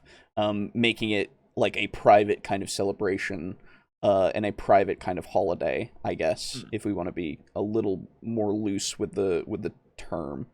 Because I would also kind of classify it as a just a religious what's the word? Fuck. Celebration. What'd you say? Celebration. Well, no. Observance, I guess. Okay. Yeah. Because that's just something that you do as part of this this town, because these people are brought up to believe it, and small town, not many people, so everyone kind of, contributes to that kind of thing. At least in my mind for this example. So it could be either, but or it could be viewed as either, by people that are outside of it as well as the people that are inside of it. Anyway, she's also now talking about the religious one. We covered that, so anyway. But a lot of people who aren't religious still celebrate the holiday. The Xmas of it. They still give gifts. They still put up a tree. Is it solemn or is it frivolous? Is it Anzac Day, where you go and you listen to the bugle and you have your minute of silence, ode of remembrance? Or is it St. Patrick's Day, where everyone just goes out and gets smashed? And remember all these... Sorry, I'm just thought... St. Patrick's Day, it just comes up. St. Patrick is famous for driving all snakes out of Ireland. There you go. Okay. Neat. Yeah, but the snakes in that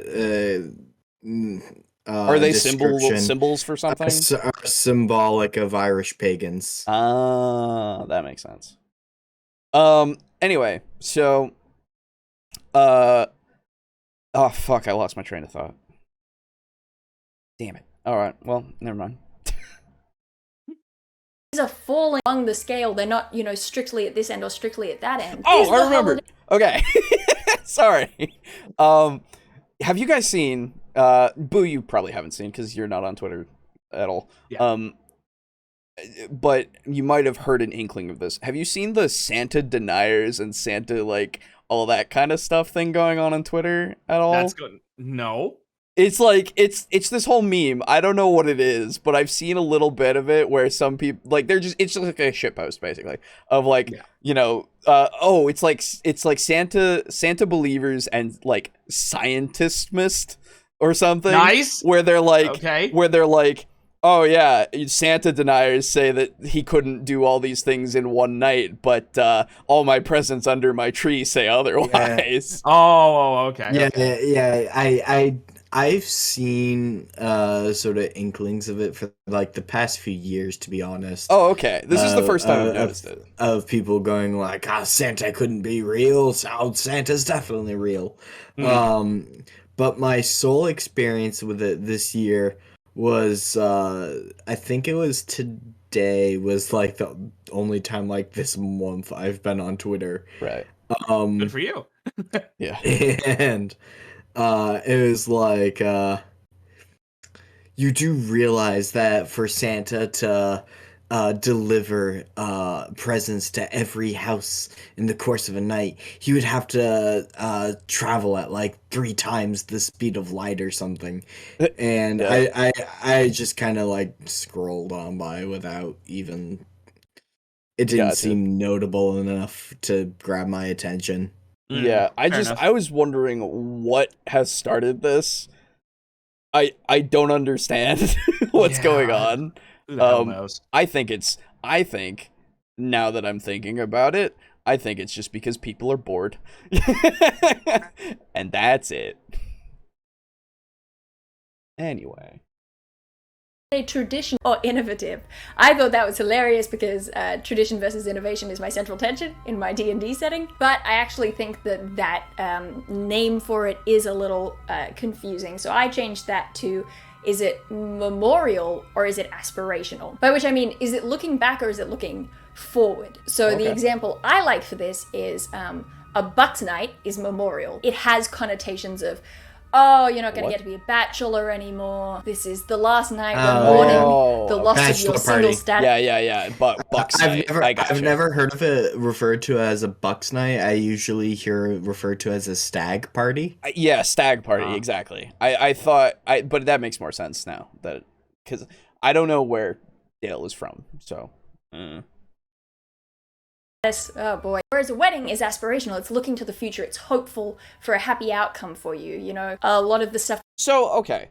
In your thing about holidays, I wouldn't say that a wedding is necessarily one. I guess that's not a holiday. I guess if we're classifying them as a personal thing, though, that anniversary of a holiday is again, I don't... You don't have the same pomp and circumstance. Exactly.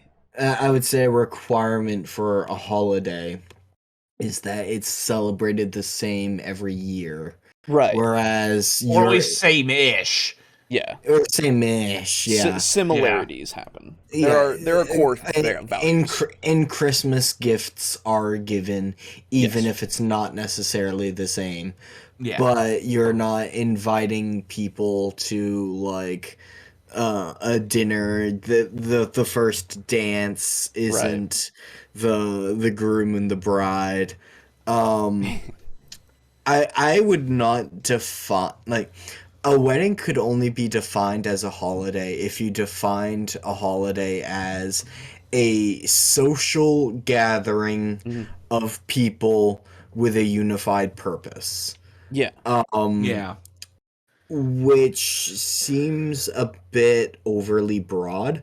Because you can, like, high school graduations, same thing. You throw a party celebrating a high school graduate, and and you give a gift to the high school graduate and eat a few shitty finger sandwiches, and you pretend to be interested in each other's lives. Yeah. That doesn't make it a holiday, but it does make it a noteworthy progression in their life from one stage of life to another stage of life. Liminal. It did it. But it's not itself a holiday, much as a wedding is not a holiday. It's a celebration of, and stay with me now, a celebration of going from one stage of life to another stage of life of not just one person. Okay, well, the fucking there were losses. Of not just one person, but two people. And it's you go, wow. And yay, but it doesn't make it a holiday. Yeah. In order for a wedding to be a holiday, it makes it closer to a holiday because you celebrate the anniversary of that holiday, much as when you celebrate the anniversary of the 4th of July, you don't go to the Boston Harbor and throw tea into the ocean. What? You celebrate it by going, yeah, fuck the British. Which honestly, some would say that the anniversary is better than the original. Just because in the original there was pollution. Oh my god. That happened. And there isn't pollution now, and you celebrate the anniversary, and conditions are different, much as in conditions are different when you celebrate a marriage versus an anniversary. So it's more similar, but I would still define it as appreciably different because you're only celebrating two people in a marriage or anniversary, whereas you're celebrating a nation to be with the 4th of July. Yeah, so what's a better looking forward holiday, would you say? That we could 4th of July still is. Oh, okay. It's still not ruled by the trash British. I mean, okay. the people of the UK. All right. Okay. Well. A holiday that's looking forward to things. Yeah, I'm trying to think I would say New Year's Eve. Yeah. Oh, yeah. Okay, you're right. Christmas Eve, New Year's Eve. Yeah. Yeah, because it's a holiday specifically centered around celebrating the coming day. True. Yes. New Year's itself, I don't think so, but New Year's Eve, I would say, yeah. Okay, cool. Santa is Woden in a Christian disguise. He can do whatever he wants. That's true. He's who? Woden. Oh, I don't know. Odin. But whoa. Woden. Hold on. Yeah. Woden, Wokey. Yeah. War. Oh no, it is Odin. Hey. Oh, okay. Didn't know that. Sorry, I'm Wodin, I think. Yeah. This is Woden. Oh. Which when I searched it came up. So. Oh. Anyway. Or Odin, huh? Okay. Yeah. Interesting. Isn't leap year a holiday? No. Leap year is not a holiday. Leap year is simply a result of calendars and clocks and stuff being off a little bit. Yeah, it's to keep it so that we can continue to use the calendar that we're using. Yes. It's very strange. Yeah, it's neat. Yeah. We celebrate the independence of our country by blowing it up. Yeah. Hell yeah. Yeah. I can't wait until sky. I can't wait till our country actually blows up because of Yellowstone. Whoa. Oh, Yeah. That too. Yeah. Don't worry. Impending death is all around us. Oh yeah. Yay! Welcome to America. That's why I'm moving as close to Yellowstone as possible. Hell I want to yeah. be the first to die. Ground zero. I visit dude, there every I gotta day, stay same time. I gotta stay far away because when it finishes erupting, if I survive, I get to see Katana Thoa crawl out of the crater. True.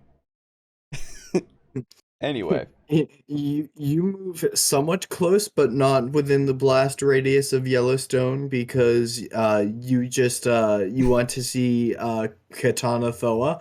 I go because I want to loot the houses of the people that died. We are not the same. We are not the same, exactly. Woden is a version of Odin worshipped by pre-Christian Germanic and Anglo-Saxon pagans. Cool. There you go. We talk about with weddings comes down to luck. It's bad luck to see the bride in her wedding dress or whatever. You gotta have something old, something blue. We've got all these things that are about looking to the future when it's a wedding versus a bucks night, which is, oh, isn't it sad you can't sleep with whoever you want anymore? Is it serial or singular? As in, does it happen over and over again, like annually? It doesn't have to be annual. It could be something that happens every 6 months. It could be something that happens every month, but it's something that happens again versus singular, something that will only happen one time. Traditionally, a marriage would fit here, a graduation, turning 18, and finally, is it... So, again, I don't know, holiday, but I like, is this, I forget. Are these distinctions for holidays specifically, or are they distinctions to determine a holiday? Honestly, I don't really I know don't anymore. remember. It's just the types of holidays. I guess so, but Like describing what the holiday itself is. Yeah. And I mean, if we want to be a definition person, I will say a holiday weirdly is defined as a day of festivity or recreation when no work is done. So anytime I have any recreation days, it's a holiday. So where no work is done, that would mean anniversaries are not necessarily holidays. True. And that Sunday is traditionally a holiday. Also true. Mm. How fucking greedy. Like, Jesus... Jesus gets 1 day out of the year, and God gets 52. Yeah, right? integrative or subversive, meaning does it sort of reinforce the status quo as it exists, like Australia Day, or is it against the status quo? Is it pushing for something new? Kind of like, in some ways, Invasion Day, which for people who aren't Australian and maybe don't know, a lot of Indigenous people are very unhappy that we celebrate Australia Day on the day that Captain Cook landed here and the death of a lot of Indigenous people began and the colonization of traditional lands. And so sort of like Christopher Columbus Day became Indigenous Peoples Day in America. That's right. People have started pushing back against Australia Day by having Invasion Day sort of protests and marches on the same date. Hopefully, by the time... Do the French get mad when we celebrate D-Day? No. Shut up. Shut up. This video has gone up, I will have made you a worksheet. Ooh, with all the different options on a scale. Okay. This actually... This is good for creating a holiday, I would say. Yes, finally something of use. Well, I would say that so far we've had things of use because she's been explaining each of these.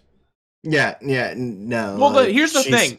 Here's providing context. Yeah. This is what she should have done. She should have started with, I'm going to lay out a list of all the different reasons and ways you can have holidays. And now, here's the list, and now we're going to explain them. I disagree. You gotta show the list first, because...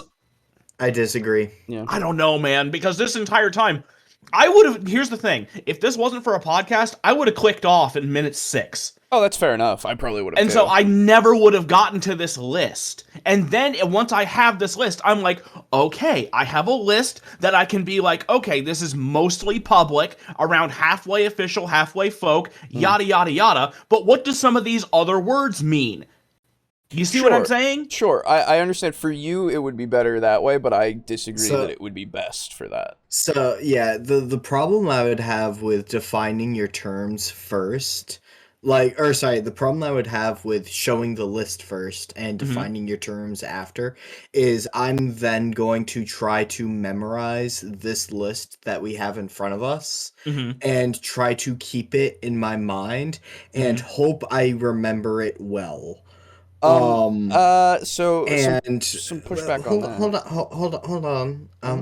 Let me just finish my statement.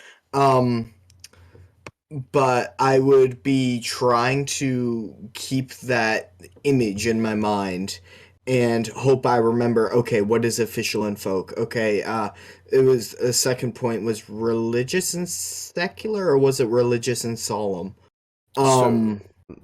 And by defining everything ahead of time, I see official, folk, religious, secular, solemn, frivolous, etc. I see those all, and I know exactly what she means. I agree with you there. What I would say to meet a middle ground here is to each section show the graph at the beginning of each section. Show each section of the graph in the beginning of each section. Yes. Yeah, so you show the full graph, and then you say... No. I don't think the full graph is even necessary. That's the thing. Well, what I was going to say is... Never mind. Every time you discuss them, you say, let's discuss public versus personal, then official versus folk, then religious versus secular. That way you don't have to worry about keeping all this in your head. That's my point with having each section. Because, you don't have to show the whole graph at all until the very end. That's fine. That's fair. That's what I'm saying. Because then at the end, you've seen all these things. You know that this is the whole graph. You just have that first section when she starts talking about public and personal, so that it's there for you to see when she's talking about it, so that then you go, oh, okay, this is what you're talking about. And then the next part, official folk, and then the next part, religious secular. That way, you don't have to even worry about memorizing whatsoever. You don't have to worry about people not knowing what you mean because you're explaining it as these are on the screen. All that kind of stuff. What I will say in general, overall, the only thing that I would really fix is this whole beginning bit of the 9.5 minutes, I think it was. Of the time and stuff. I think the 9.5 minutes of trying to explain time, that needs to be shortened a lot. Yeah. That needs to be shortened a lot. That needs to be more comprehensible for the layman. Yes. Because as a man who lays down occasionally, I don't understand still exactly what she means by it. I have more of an idea because of Aiden and his Stardew Valley explanation. But overall, she herself, for me, and I don't know how common this is for people that watch this video, but for me at least, she's failed in her task of trying to explain to me what she was trying to explain to me in the very beginning 9 minutes. Yeah. And when that takes up 9 minutes, that's very bad. 9 minutes of a 26-minute video, when you have trouble even understanding what she's saying. That with the caveat of it being it being unable to be understood, yes. Because if I understood the entirety of this thing and I was entertained throughout, then I'd be like, okay, this is fine, right? Yeah, then it wouldn't be a problem. But exactly. I think one of the biggest issues is that we're D&D players. Not all of us have like philosophy and religion and history majors. Even like outside of that, the layman who tries to get into D&D, who comes here to try to like even understand more, like who just found this video and they're recommended and just went, oh, okay. Like just in general, even if they have no interest in D&D, even if they're just trying to look at a video, right? It just, it needs to be more digestible, more comprehensive, all that kind of stuff. I say Very, very, very fibrous. So I have contentions with both of you on points that you've made, actually. Okay.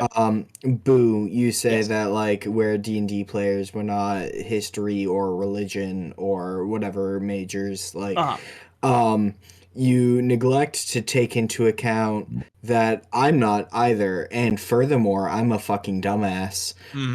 But I'm still able to parse together her meanings pretty well. That's true. Secondly, Alejo, you say that she fails in her goal of providing realistic fictional holidays. No, that's not what I said. No, what did you say that she failed I in said her she goal? failed in her goal of attempting to explain that whole beginning section. With the time with Chronos and Kairos. And the difference between regular time and holiday time. So far the holiday stuff has been totally fine. Yeah, because I was going to say, because what she has done is she has laid out a very simple and a very handy framework for defining official folk, religious, secular, etc. This is totally the best part of the video so far. She has handed us the tools to create our own holidays. I agree. She hasn't specifically said, "Oh, the big dig," and the holiday. Right. Which both are valid. They're just different stylistic ways of doing so. Yeah, exactly. I was doing it more of a truncated way, whilst. Oh yes, yeah. You're not an elephant. Shut up.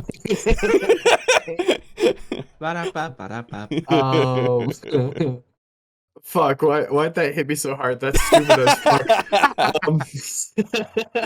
Okay. So, I think yes, her Kairos and Chronos is unnecessary and lies outside the scope of what's necessary in order to explain a holiday. Yes. It's kind of like she fell down this rabbit hole of time, and that became all that existed in her world for a bit. It really seems like one of her core beliefs in such things, because she apparently has made another video about it. So having it be in two different videos, it seems to be something that she is very much passionate about. Yeah, a trend. Okay. Yeah. Well, that lies within the context of needing to see other videos. Exactly. That's fair enough. Yeah, and I haven't seen that other video either. I'm just saying because she said it in this video that she also talked about it in a different video. Yeah, once is a coincidence, twice is a trend. Right. Because fuck the whole 2 times 3 times thing. Anyway, whatever. What I was going to say, a criticism that I've actually heard from neither of you, but has been pretty blatant to me, has been the fact that on her scale, she numbers everything 1 to 6. And I was like, wow, 6, how specific. And I was racking my brain trying to think of why, and I think it's so that you can take a handful of D6s and roll them and randomly generate a holiday. But then the problem with that theory is, if we have D6s, do we not ostensibly also have D10s? And each set of D&D dice comes with 1 D6 but 2 D10s. So I think that numbering everything 1 to 10 would have not only lended itself very well to just roll a few sets of dice, randomly create a holiday, but also would have just made a lot more sense in the brain. I agree. Because we work on a base 10 system, not a base 6 system. Yeah, that's true. So it would have fit a lot more comfortably in my brain.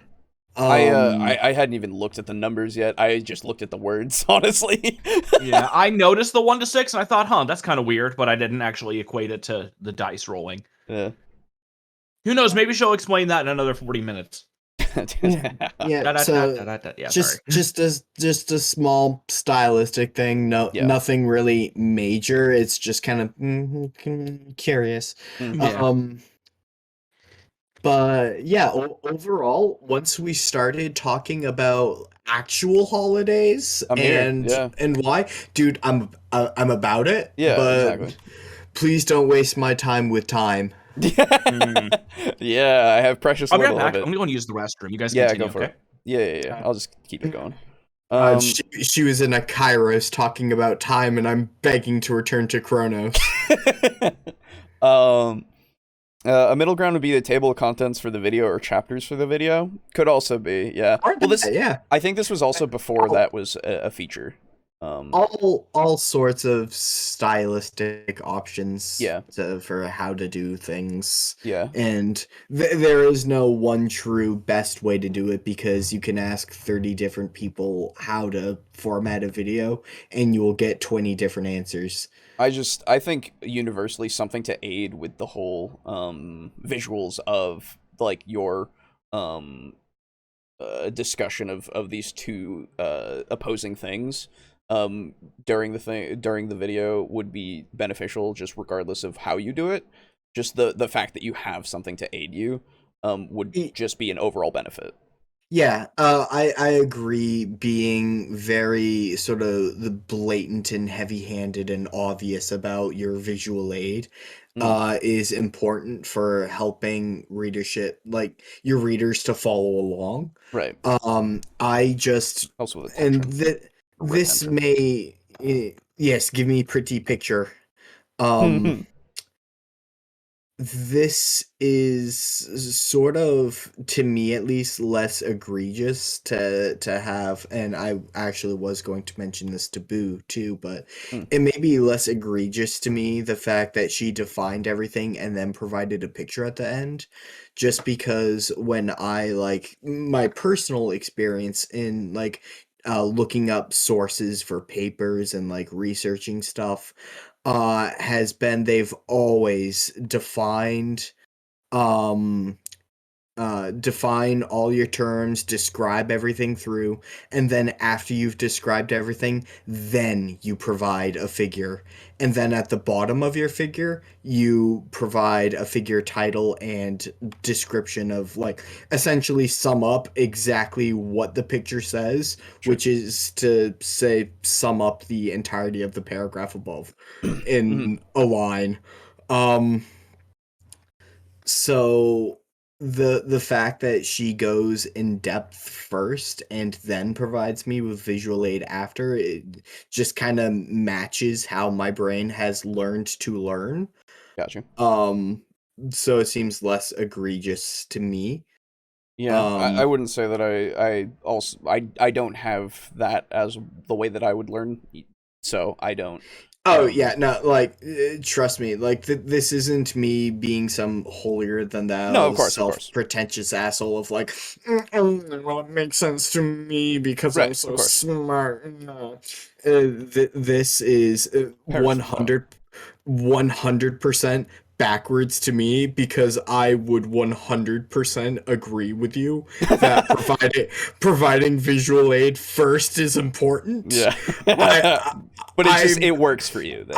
I am just a mule that has been broken of that. I understand. Lex says, I have a feeling the graph is the only thing in the whole video I'm going to have needed to see. Yeah. And also, maybe she didn't want to write smaller for the numbers. Maybe, but she has so much space. I think, did she draw the 1 through 6 line? I feel like she drew the line and then did the... Oh no, she drew the line, did the numbers, and then I think took the whole thing and copied it and pasted it 1, 2, 3, 4, 5, 6, 7 no, times. Those are all different. If you look at the twos, they're all different. Yeah, you're right. So then it must have just been that she copy pasted the line, because we see the what's it called? Oh wait, no, the line has the deviations. Frivolous one has deviations. This was all hand done. Yeah, this is all hand done. Neat. Yeah, I don't know. Anyway, what's the fucking term? Like, Calibri as a font doesn't have this, like, it's like when you draw a C, for some fonts, there'll be two little vertical bars that are perpendicular to the C. And they sort of it's not a flange. I don't know the term. I can't help you. I apologize. Fuck. There's fonts are like divided into they have them or they don't. Right. Like Calibri, like when you look at an A, it's just the bent line of the A and the connecting line. But that's an example of the font that doesn't have it. But the font that does have it will have the A has the bent line and the connecting line, and then the two little miniature lines at the bottom of the bent line. Fuck. Fuck. You figure that out. We'll continue on. I will look that up. Yeah. I know I received an email about it like a month and a half ago. Okay. And as you create a holiday, you can mark off where you think it fits on each of those things. Or you can number points on the scale, 1, 2, 3, 4, 5, 6, and roll dice to randomize a holiday, and then you've got to create a holiday that fits. I will say the tricky thing about this is just the inspirational phase of creating your own holidays for your world. And I will say, while you're being inspired, try to keep in mind that I think there is value and there is power in shorthand. What do I mean by that? I mean that things your players already know from their actual lives, they carry sans serif fonts. Oh, sans serif fonts. Gotcha. Yes, such as Arial, Helvetica, and Calibri. Versus serif fonts. Gotcha. I remember that because I was laying out my poster and I had everything in Georgia font, which is a serif font. And it looked gorgeous, and I was like, this looks pretty. And then it was like, use sans serif fonts, and I was like, fuck! weight, and they carry a lot of the way to verisimilitude, to realism, and it's when we deviate from those things a little bit that we sort of gain a lot of bang for buck. So we get our realism from grounding it in something that our players know deep within themselves, viscerally, this is true, this is my experienced reality, and then just shifting it a bit. Once you start going too far beyond our general experience, then it becomes more difficult for your players to kind of grab a hold of. So, when you're picking your liminal stuff, what I'm saying is you don't have to have, Christmas or whatever, Christmas and Halloween, but with fantasy names. But maybe think about, like I said, midsummer, midwinter, those are based on celestial things. It's when the heavenly bodies, when the sun was doing specific things, or Easter, when the moon is doing specific things. It's sort of looking upwards to the stars. Fantastic advice for people with worlds with only one sun. Or only one moon.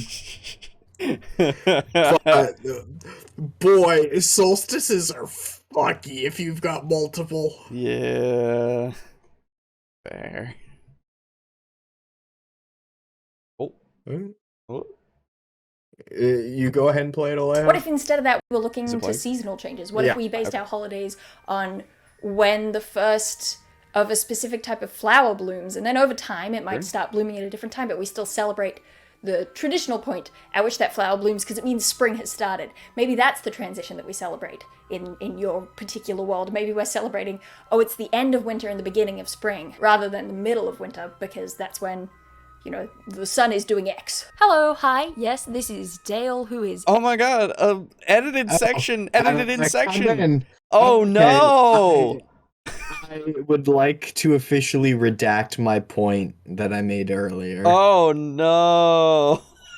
Alright, I want to hear the whole thing. During the beginning of spring, rather than the middle of winter, because that's when, the sun is doing X. Hello, hi, yes, this is Dale, who is editing here. What I was about to say at this point, but then didn't for some reason, is that if you keep the base level of your freshly minted fictional festival grounded in something similar to what your players know, like, for example, keeping it seasonal, even if the exactitudes and expression of it are different, then it makes it way easier for your audience to lean into the fiction, fall into the kairos and the communitas of it all, rather than it just becoming like a lore dump of a bunch of alien information. You know what I mean? The power of shorthand and little deviations is that it lets you skip the awkward middle steps of introducing people to a new world. Okay, but back to the video. Even more. So, okay. So you have defeated. You have snatched defeat out of the jaws of victory. Because when you were giving examples of why holidays matter, and you gave examples of like certain seasonal ones like midsummer and midwinter, like I was kind of lost until you provided those examples, and I was like, yes, excellent, I'm exactly with you.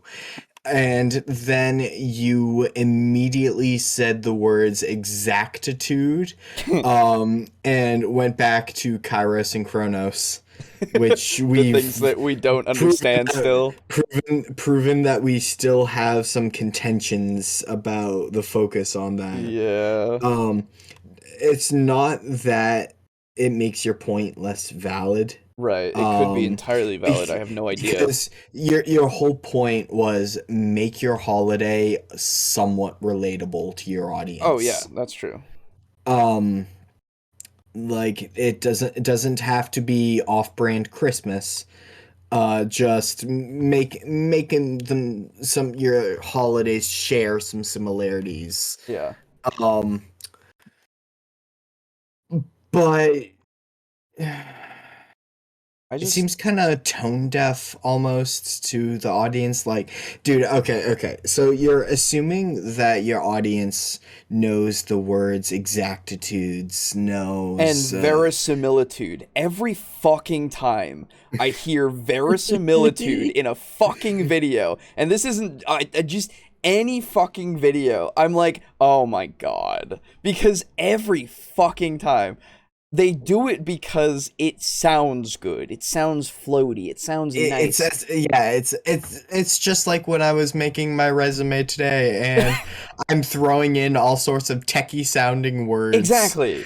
When I'm like, man, I could dumb this down 4 levels and say the same thing. Exactly.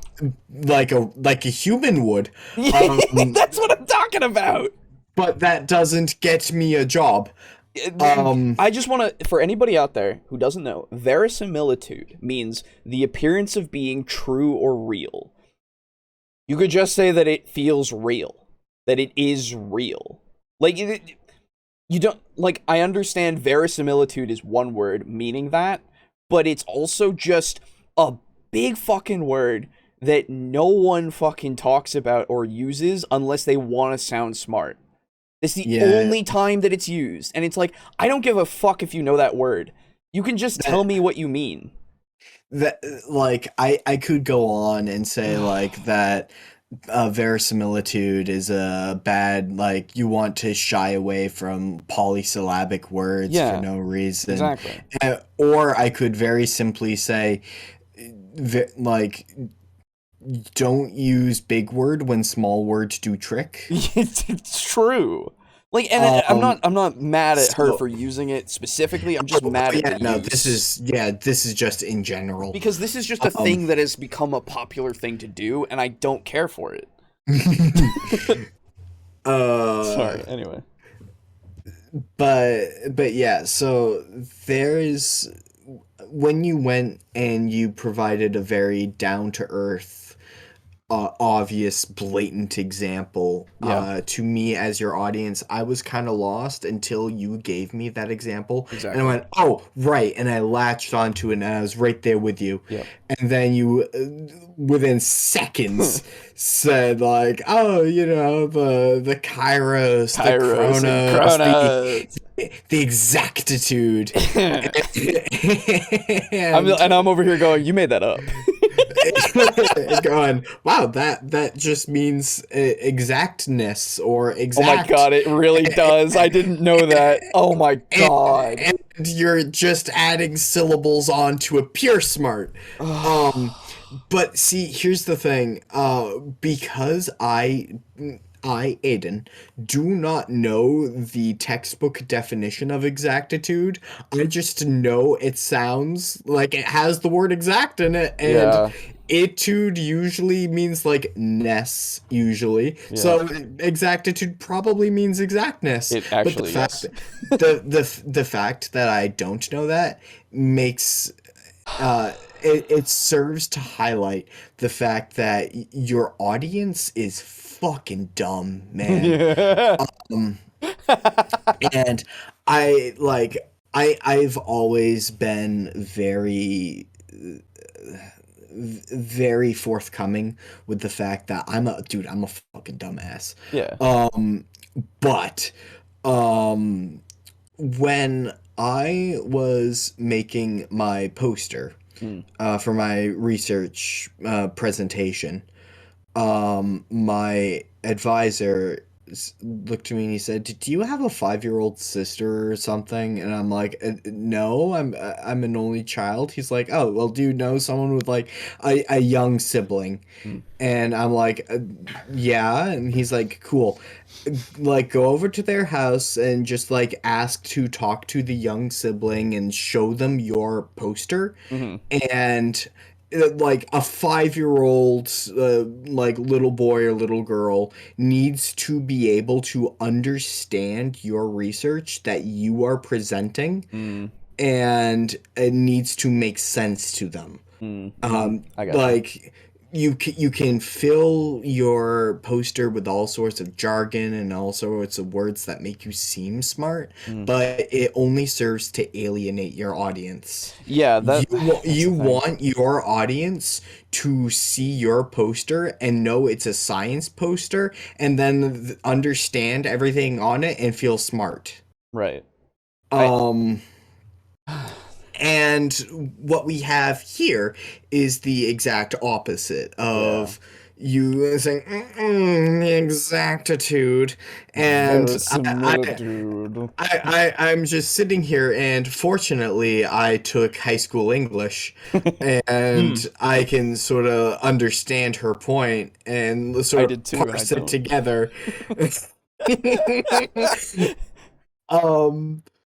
But this, like, that's just bad video making etiquette. Yeah, well, this is my whole thing. I am fine with you using new vocabulary words. You like them? Cool. That's great. You also have to understand that you are going to either need to define some of these vocabulary words, because I won't know most of the time. Most people won't know about verisimilitude or fucking exactitude, okay? Most people aren't gonna fucking know. I don't know the definition of verisimilitude, and after having had Alejo read through it, I think I have a handle on it. Right. Maybe. I'm still not totally sure I could use it right in a sentence. Right, but, exactly. This is the thing. I'm okay with you doing it. The problem is when it is being used in such a way that muddles everything else, right? It is something that I want to understand. If you make it so that I can't understand it very easily, sure, I'm an idiot. Whatever. I don't give a fuck if you call me that. That's fine. But you also have just lost me. That's the problem. You've lost me, and I'm the one watching your video. You want this retention. You want me to understand. You want me to keep watching your videos. That's usually the point of making them. Why? Generally. If you're going to give me something of which I cannot understand, how can you expect me to come back? When somebody else could make the same video and use fewer words that are big and hard to define off the top of my fucking head. and then I go, "Oh, I get that." And then you come over and go, "That's what I said in my video." And I go, "Yeah, but I like his more." Because I can actually understand it. Because I get what he's talking. He didn't tell me about Kairos and Chronos, okay? I don't know. I still don't know what that means over there. I don't know why, but when you said Kairos in my brain like kind of auto completed the word and it became Kairosyncrosity. And I was like, I don't know what that means. I thought you were going to go auto been... completed into chiropractor. Also good. Well, this is the thing. You could say that in a video. I would have no idea what you meant, but I would then go, oh my fucking God. Right? Because it'd just be like, it's one of those things where, again, vocabulary is fine. I'm glad you know big words. It doesn't but I don't. It doesn't mean that you're smart. I'm sorry. It just doesn't. It really doesn't. I don't like your comprehension of the material, the way that you enact it, like the way that it is like presented to me. That's how I know that you have an understanding of this. That's how I know that you are knowledgeable in this field, right? It's not that you can tell me the fucking verisimilitude definition, okay? It's not that you can say that is something that you know. Because I could look at a fucking dictionary and go, now I know what verisimilitude means. Anyone can do that. Neat. Right? Yeah. Like, that's fine. Great. Cool. It's a pet peeve of mine in every video. Because, and this is the thing, if verisimilitude wasn't used so much, I would think it would be a fun thing to encounter on occasion. Man, every now and then, let's say like we do like 10 videos, every 10th video we hear a verisimilitude and I go, oh neat, they used the word, right? They use a big fancy word. Yeah. When 7 of them use it, you go, ooh. Exactly. When I hear it in so many of these things, because they're like, everyone knows this now. Verisimilitude. I'm like, And I will say, like, while I do 100% agree with your point, I will serve to highlight 2 counter arguments. Absolutely. Which are, everyone in the community is using verisimilitude because they think it makes them sound smart. Yep. And when you encounter, of the 10 videos, 7 of which have verisimilitude, like, by the time you're on the 6th video, you hear verisimilitude and you already know what it means. Secondly, unless I didn't look it up, but sure. Unless you didn't look it up, exactly. Yeah, that's my counter to that. Or you can put it together then contextually, probably. Do you know that verisimilitude means to make something feel real? Again, I have been blatant with the fact that I do not know from the context. Definition. Right, I mean from the context. Oh no, not in this one sample size of one video. But I haven't seen 10 videos, 7 of which say verisimilitude. Right. So I can probably take those 7 videos and contextually kind of mash them all together and reach a fairly accurate conclusion. Sure. But I, like, this has been does she even say verisimilitude? Yeah, she did. Oh, okay. That's why I brought it up. This has been the first video I've seen that mentioned verisimilitude in quite a while. Oh, okay. So this is the thing. We've covered many a video that has also used it, and I just don't say it anymore because I try not to say anything about it just because I know it's just a me thing of like I can't stand it. So I try not to just interject every time because I'll just groan basically. I have not picked up on that. Exactly. Actually, every time I hear it, it triggers me, I guess. I'm just kind of I've kind of gotten used to, like, of every 300 words a person says, I will not understand what one of them is. That's fair. And I've just kind of gone like, yeah, that's about standard for me because I'm a fucking dumbass. And I just kind of ignore it. So I would thank you kindly, actually, if you point out in future videos. Oh, sure. I'll do so. But I would also say, that with the whole looking up the definition thing. The internet is a thing that exists. I agree. And you can very easily Google verisimilitude and hit the enter button and read a definition. Although I would counter with your video should not be phrased and framed in such a way to require additional research. It should be a nice self-contained little packet that contains everything I need. Exactly. It's the same as like the movie argument of like, oh, you should read the book so you can understand. It's like, no, fuck you. This is a movie. I should be able to get all the information I need to watch this movie. Exactly. Yeah, I don't want to do. I have spent enough of my life doing fucking homework. Exactly. Yeah. I'm not about doing more. Yeah. Yeah, and I'm sorry, man. I just prefer animation to manga. It's just more appealing to look there at you for go. me. Yeah. For me, because like anti-culture, but okay. Fair enough. But man, I've actually I'm seen. just giving you shit. I know. I've I have actually opinion. seen one of the best scenes in Gintama happens way late in the series where a guy gets in a fight with another guy, obviously. Sure. It's a huge twist, big fuck off thing. And they actually have a video that compares the animated scene to the manga scene, and fuck, the animation is incredible. No, I bet. Yeah, so I have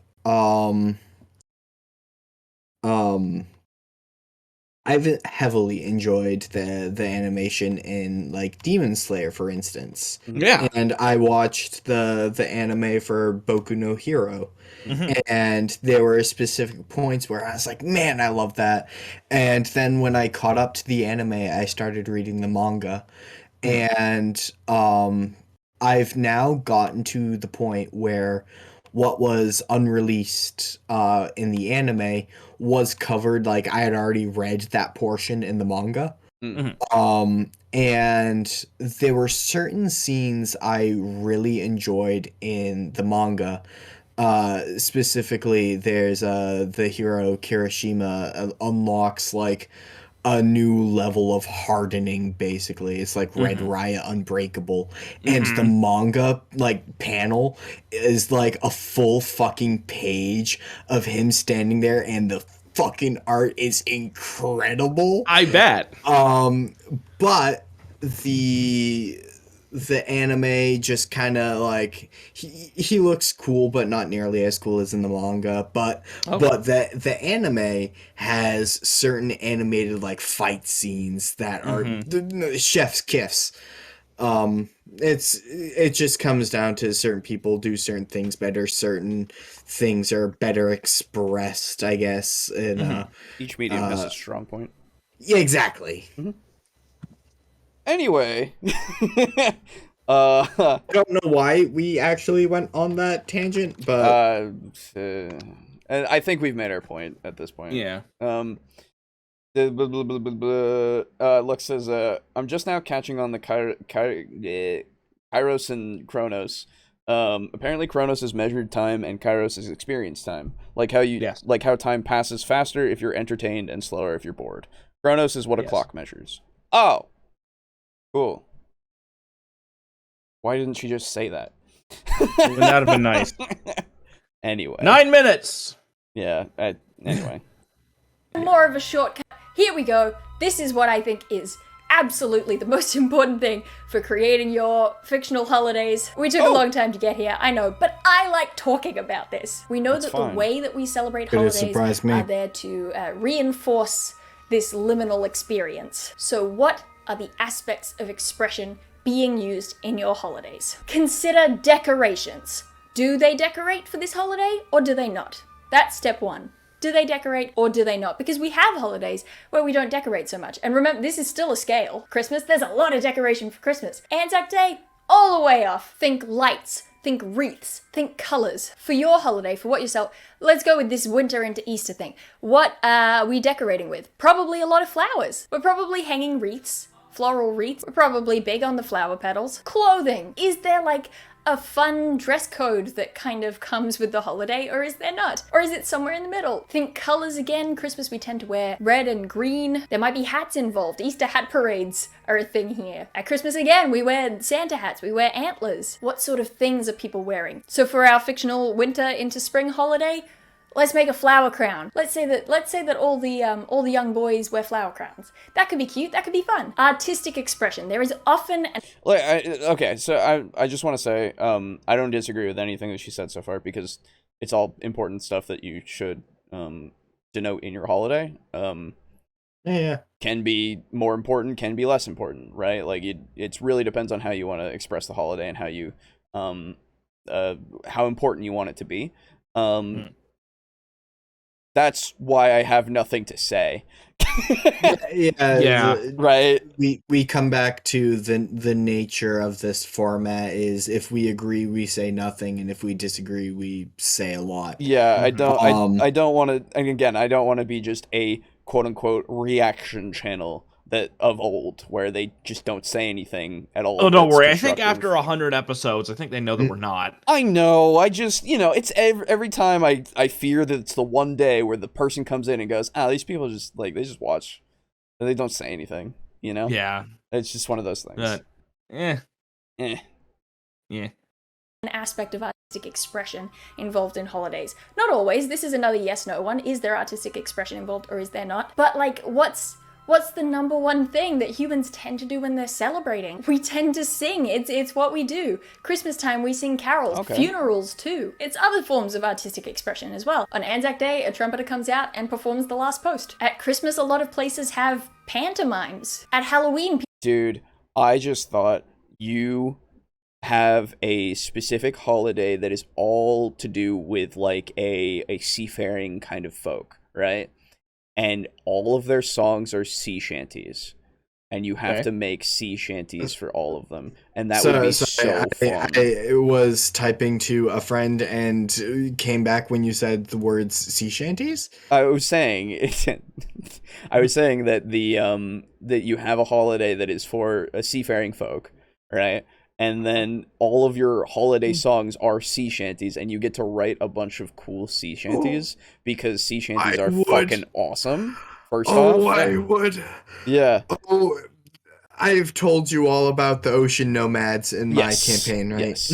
Many a time, yes. I've not developed holidays for them yet, but now, but I deeply love sea shanties. Yeah, I actually.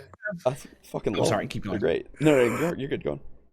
It sucks because I have my material world. I guess I could talk about it because it would probably take years and years before we would ever get around to playing anything in that world. Yeah. But right off the bat, I have 2 holidays in my world that are fully known. Let me get my map real quick, and then I can show you. Be a bit easier. Okay. So Discord. Here we go. Do that. So there are 2 places. Toward the center, in between those 2 lakes in the middle there, you see Prairieburg. Yeah, let me just pull that up real quick. Yeah, you're good. If you open the original, it's big enough to fill the whole page. Yeah. Well, I'm just opening up for the stream as well, just so they can follow along. That way they can see the whole thing. Yeah. All right, cool. So here in the middle, you see Prairieburg. Yes. By that little flag. And then off to the east, in the Thundering Steppe and near the Blinding Dunes, do you see Dewrest? Yes. Those 2 cities have their own holidays, where Prairieburg is...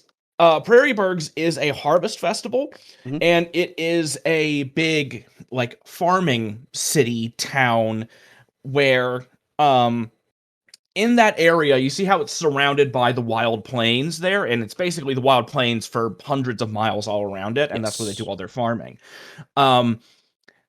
And there are lots of cloud formations always above the wild plains, and those cloud formations are actually cloud giant cities up above them. Cool.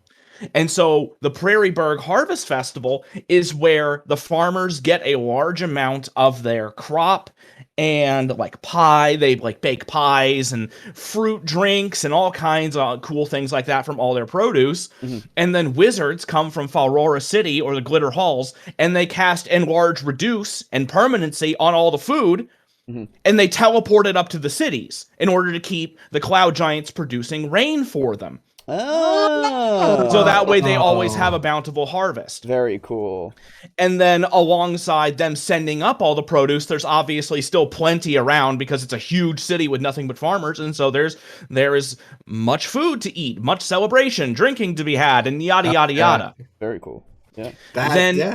And then in Due Rest, it's in this kind of crescent area called the Thundering Steppe. You can imagine it essentially like the African savanna. There's elephants and rhinos and all kinds of cool stuff out there. Right. And out on the Thundering Steppe, there are migrating tribes of centaur. And also there are like elephant centaur people out there that are really fucking big. Cool. And what they do is they migrate up and down and around the steppe every year to keep up with traveling herds, and they skin animals and stuff, and every 6 months they stop by Due Rest to do trades. Question. And so they'll trade exotic hides and all the things they find on the steppe, maybe things that come out of the Blinding Dunes and attack them or whatever. They go out and like mine stuff that might be out in the Blinding Dunes, and they trade it to Due Rest. And people from Falrora City can come over, and Fargrove, and they come and trade. And so it's every 6 month like trade caravan. Question, Boo. Yes. You said that they had half elephant centaurs. Do you mean top half human, bottom half elephant, or top half Loxodon, bottom half horse? It is top half. It's effectively like top half Loxodon, bottom half elephant legs and body. Oh, okay. Let me see if I can find it. It's in a different book. I'll look it up while you're doing that. Sure. While you're continuing. Those are my two holidays. That's cool. I really like Prairie Berg's holiday. Yeah. That one's super cool. I like everything about it. And so like imagine there's a bunch of people in the square, like all the bakers on this one street team up, and they get a big fucking pot and they make muffins the sizes of horses. Yeah. To send up to giants. And then they cast Enlarge, Reduce, and biggin them up even more. Yeah. And so, like, that's a fucking contest to see how big the pumpkins can get. Like, when you cast Enlarge, Reduce, I'll probably have it where, like, cast Enlarge, Reduce, and it swells and swells and swells, and then see how big they get before they explode. All right, I'll be right back. I can get those books so I can look up those centaurs. Yeah. Please. People might tell spooky campfire stories. So what is there? I think for our winter into spring holiday, there's probably a dance. Generosity. This one is a little bit of a weird one, but if you think about it, a lot of holidays that we celebrate have an aspect of generosity within them. There are the obvious ones. Christmas, we give gifts. Birthdays, we give gifts to the person. Hobbit birthdays, that person gives gifts to everyone else. But even outside of that, trick-or-treating, we give out lollies to strangers, to just kids who come to the door. Sorry, I wanted to read what Mongoose said. I feel like using big words slows down the conversation. If the only reason you're using the big words is to sound smart and not to convey your points clearly. Yeah, I would say so. Yeah, that's a very fair judgment. I don't know. I was going to use. I know. I saw. Yeah, that's what I figured. I figured you were trying to go for it, but and then I couldn't. Yeah. I'm a scientist, not a linguist. Shut up. Fucking science man over here trying to say words. I've got a blanket with a picture of the periodic table on it. Get back in your lab, science man. Where are those potions you fucking promised me? Hisses. Sunlight. Oh, dude, you remember way back in college when I was playing Planet Base, and the scientists were like one of the things that you had to get in. Yeah. What feral? They go feral, but we made this whole lore that they were going feral, and we'd throw a person in there every now and again to feed them. You're like, oh, we gotta appease the scientists. They grow our food. We have to. they give us beans but demand blood. This is what it reminded me of.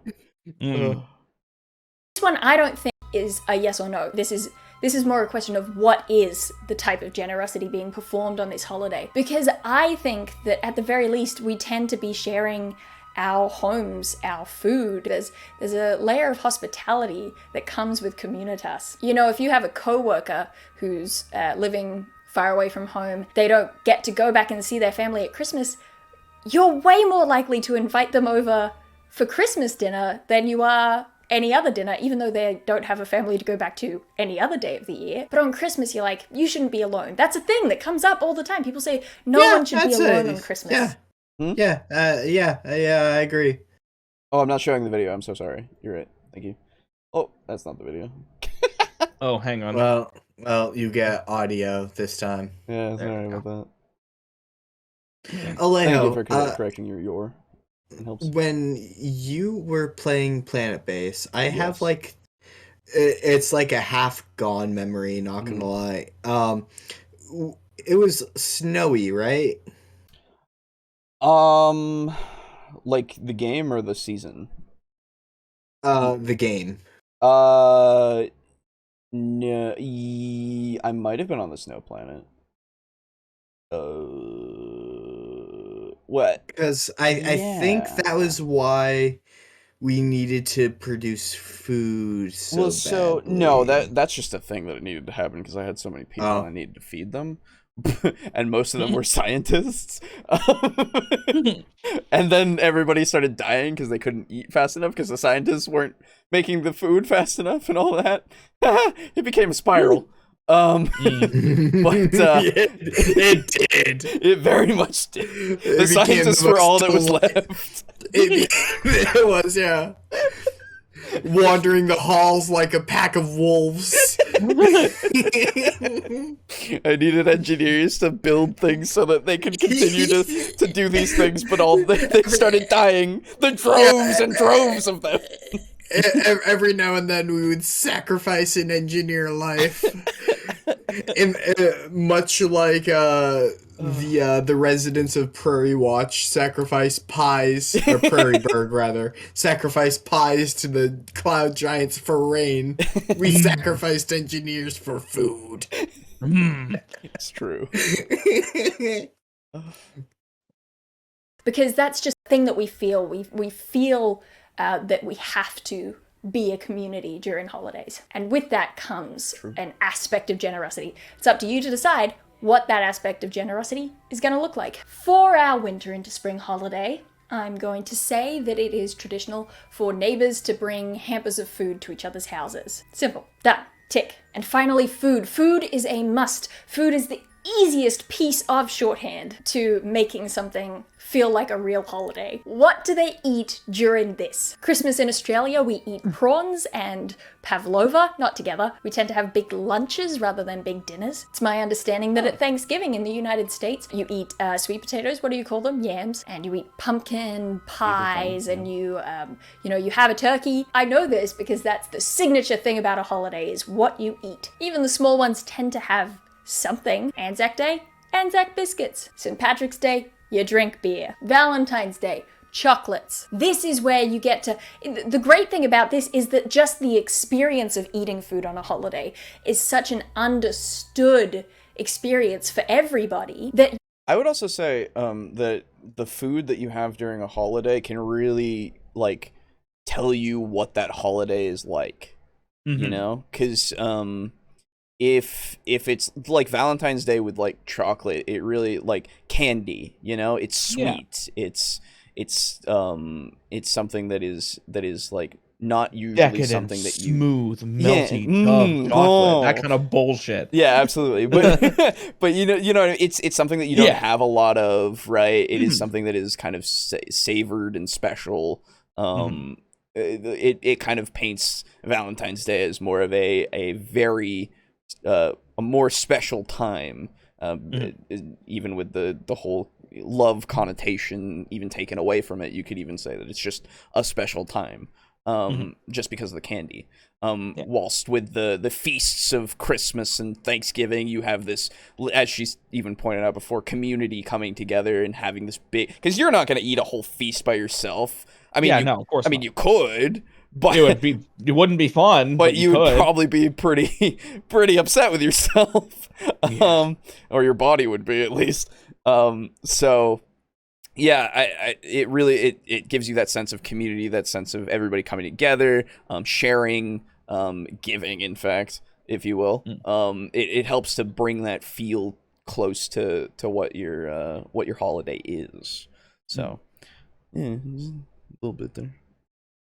This is where you really choose something weird and your players will believe it, or your readers, or whoever. For this winter into spring festival, the people of the town make rose water to drink, and they, collect and save the eggs from chickens for the week leading up to it, and then they make, egg tarts. Everyone goes and they collect berries, and they eat them with cream. And that sounds real, because it's the experience of eating food while celebrating that sits as true in our hearts, in our heart places. So you can see that talking verisimilitude. There it is. He did it. He did it. What does verisimilitude mean? Oh, fuck. It means it's like a real thing, I think. Oh. That's true.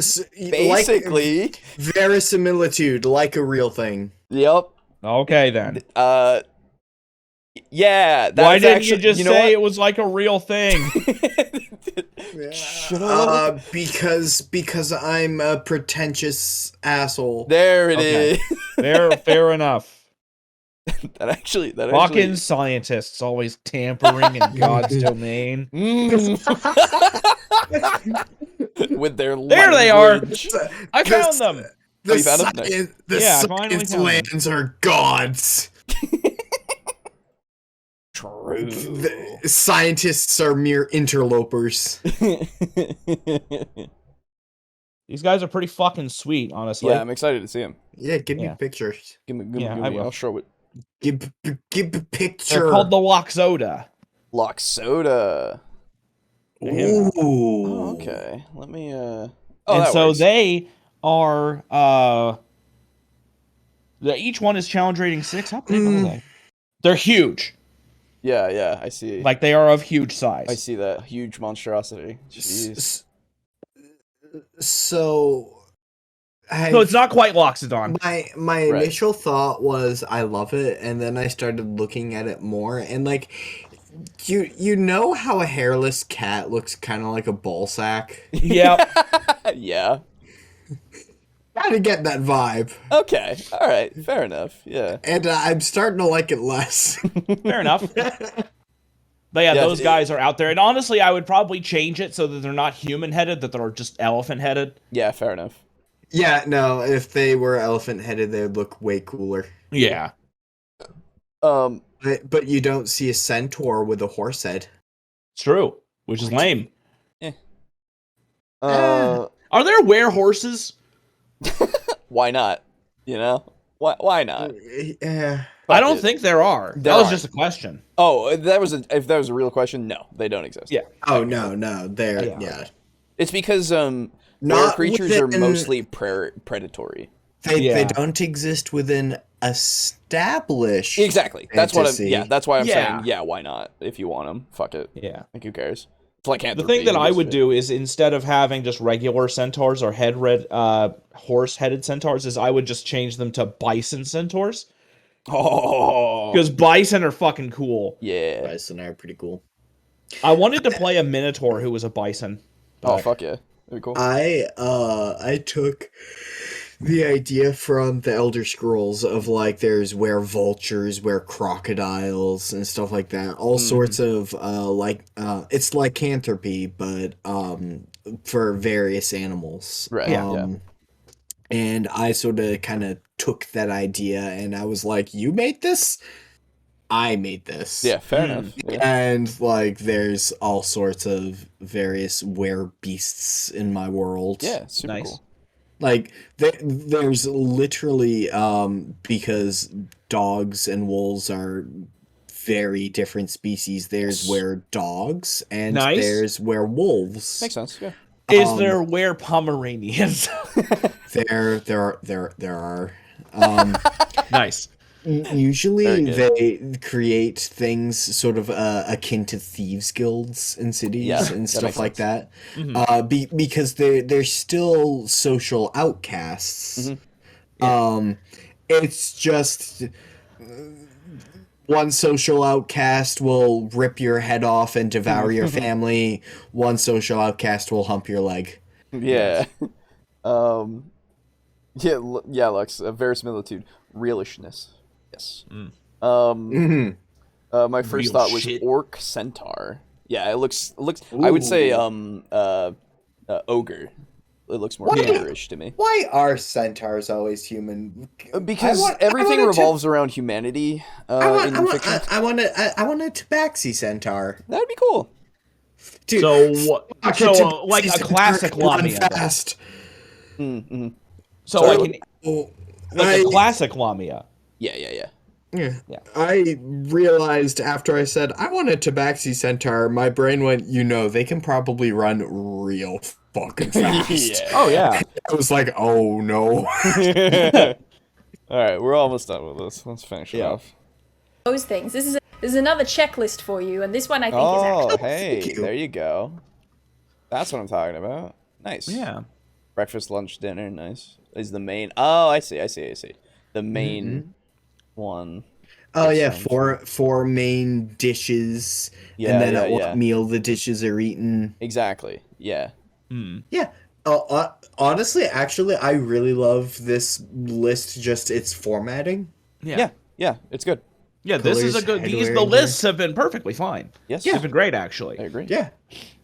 These are fantastic. The other one's helpful for understanding your own holidays, I think, but for actually delivering the holidays to your audience, this is the chart that is more helpful. I mean, yeah, that's kind of the main parts of a holiday is what we celebrate and how. Yes. Yeah, exactly. More important. You're considering decorations, clothing, artistic expression, generosity, and food, and then you're working out what the ritual tied to those things is. What is the specific thing within each of those fields, if you choose to have them all? What's the traditional ritual look like for that holiday? And you get to it through those aspects. Is that everything I had to talk about? I think it might be. I should really name that festival that I invented. Let's call it the Sun's Reach Festival. That sounds like winter's ending. Huzzah! Hello, hi, me again, still editing the video. I wish that I had said here, but I didn't say here, that the reason I think fictionalized holidays are a fun inclusion to something like a tabletop RPG is that they take something that we do experience as linear time, the microcycle of encounters and sessions, that's one way of experiencing time, and it gives you that same reprieve. Even within a game world, you can escape into that slipstream that is festival time, simultaneously giving players a break from the mechanical dominion of the clock, and giving a sense of true progression and time passing. Plus, I just think it's sweet to give the party an extra excuse to have fun and be nice to each other. Sure. Yep. I actually kind of heavily disagree with that. Oh! With the time thing or the being nice? The time thing. Okay. Okay. Specifically because D&D is notoriously bad about, like, hell, I'll give you an example to sort of demonstrate my point. There is a party that my group is preparing for. It's a gala. I thought you were going to talk about my campaign. Dodged a bullet. Dodged a bullet. But it is thrown by the members of high society that are all secretly dragons. Right. And each dragon has a +1. We happen to know a fair amount of dragons, so most of the party was able to get in through +1s. Nice. But we've been calling it the Dragon Ball. Yeah, you did. Yeah, we did. Of course you did. Fucking weebs. God, I hate you. Wait, is Dragon Ball? Oh, damn it. Because the thing, well, here's the thing. I know. When you said Dragon Ball, at first my mind went to Kobayashi's Dragon Maid for some reason. Oh, okay. Because like when I think of dragons and then Dragon Ball, I don't actually equate D&D dragons to Dragon Ball, so that was my bad. No, you're good. Yeah. So, we have been planning to go to the Dragon Ball for the past 4 sessions, and which are 2 weeks. One session was 1 week, the next was a day, the third was a half a day, and the fourth was a half a day. And we are at the point now where we are at 1 hour before the Dragon Ball commences. Because the DM was like, we're fucking celebrating the Dragon Ball. And I'm like, dude, watch it be another session, and the entirety of this session is an hour long in game. Yeah, absolutely. Time is already highly variable in free form in D&D. Yeah. Yeah, that's true. I don't think you can equate to the whole Kairos versus Chronos sessions has 3 encounters, like has this, like you can't reduce it to a very formulaic like manner of describing time as Chronos. Like D&D is very Kairos just in its just by its very nature. Yeah, exactly. Yeah, I agree with you now that you've explained it entirely. Hello. Oh no, his internet cut out after you made the very good point. Damn it. Oh well. But yeah, it's definitely because even without that kind of stuff, sometimes it's just every session just feels like it goes by really quick, you know, or it goes by really slowly. It really depends on what's going on. So it isn't either thing. Yeah. Okay, that's it. I'm done interrupting now. Bye. That was a lot. That was a lot of information to get through. I hope that you found it interesting. To me, that is just so fascinating. I hope that it's helpful to you just in bringing a little sort of cultural meat to your fictional world. Apart from that, I do believe that's it. I'm done. Email this to your grandma, and I will see you some other time. Cool. Okay. Done. We survived. Done. Yeah, I mean, I figured it would be fine at the end because it's just once you start getting into actual Dungeons and Dragons stuff and stuff I can actually apply in general, yeah, it's pretty nice, pretty good. Too bad it took 25 minutes to get there. Like this is the opposite of not having enough time in your video when you say that, you know, like when they say that it's you had all this time. And yet, I don't think it was used as efficiently as it could have been. No. But it's whatever, you know. It's not. I wouldn't say it's necessarily a bad video. I would say that there are elements that need to be improved. I would say it's a middle of the road video, just from the amount of that I have in it for it. It's fine. Like it's passable, but I feel like there needs to be some improvement. I'll be the mean one and say that it was fairly bad in my opinion, because for one thing, there was so much of the time stuff that first off, I would have clicked off. If this wasn't in a podcast, I would have clicked off in like 5 minutes. Yeah. Secondly, this is a video about D&D world building, and you only spent around, I'll be generous, 3 or 4 minutes of a 26-minute video talking about actual world building. Because everything else was talking about the differences between liminal time and time and the reasons why you celebrate. So that's not world building. The reasons why you celebrate could be extrapolated into world building such. But it wasn't. I think it was, though, more so because it helps form the basis and the understanding of why we celebrate, and so you can make your world more realistic in the sense of making it so like a holiday is like how we would celebrate it in real life. I guess, but it's also a fantasy setting. I understand that, but that doesn't mean that you can't have realism. Like that's like, a false equivalency there. Yeah, that's fair. Like it's very I don't know. much, I understand. You're just very frustrated by the video, and that's fair. That's fine, and I understand entirely, and I share in your frustration, but not to such a degree. Fair, okay. Yeah, I think it's just, I think if it really didn't, that whole front loading of all of that shit needs to be cut down or explained in a way that is actually like something that can be, like I said before, digested or fucking, just understood by the layman. Yes, exactly. Yeah. So, it's just one of those things. Final Fantasy victory theme, play that here.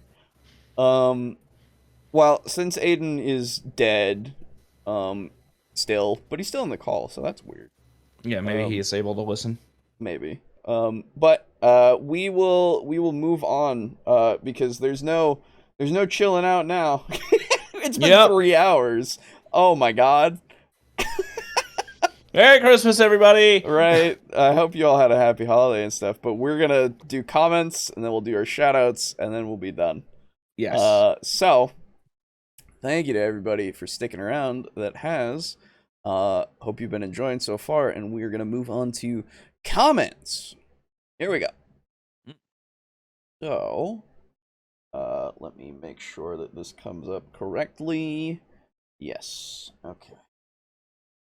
So, first off, Ronald Sanfran, he commented on last episode. Here's a Garibay video where he's in a room. It goes back to an old chestnut. This was the first video of his that I ever saw, and he gave us the link. So I'll have to... No way. Yeah, apparently that's a thing, so I will keep that. Don't worry, it's there. Okay. It's a thing. It'll come one day. Yeah. And then also, as with feeding your guests, he has to remind himself to act human. And being human is extremely difficult. It's like he's a drill sergeant getting us ready for Vietnam. Maybe he has different colored belts for us GMs to wear. Dude, it's his everything about his tenets that he has on how to be a dungeon, or your core things that you're a master of is done. Yeah, it's all insane. Yeah.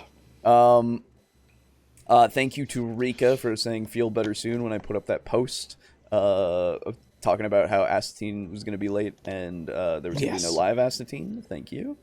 I feel better now. It took me the whole fucking weekend of my vacation, but that sucks. It's okay. I wasn't too bad near the end, but anyway, Steely said, Merry Christmas, guys. You are awesome. Thank you. You're awesome too. Merry Christmas. Merry Crimbo. Good Crimbo to you. And of course, Lux. I posted a comment. I don't know if it showed up for you yet. No, don't worry. It's right there. So, Lux says, in last video, I'll try not to repeat the same points you came up with, but I can't promise anything. These are long videos and my brain is smooth. Smooth enough that I almost forgot to post this comment, which would have been basically the end of the world. I was wondering for a while. I was like, oh my god, Lux hasn't commented yet. Yeah. Is he okay? You're right, yeah. So, if Garibay wasn't trying to speak objectively, I could say it's fair enough if he places more value on DMing for strangers than friends. But what comes to mind when he says that is someone running a campaign at a public venue. Wait, what?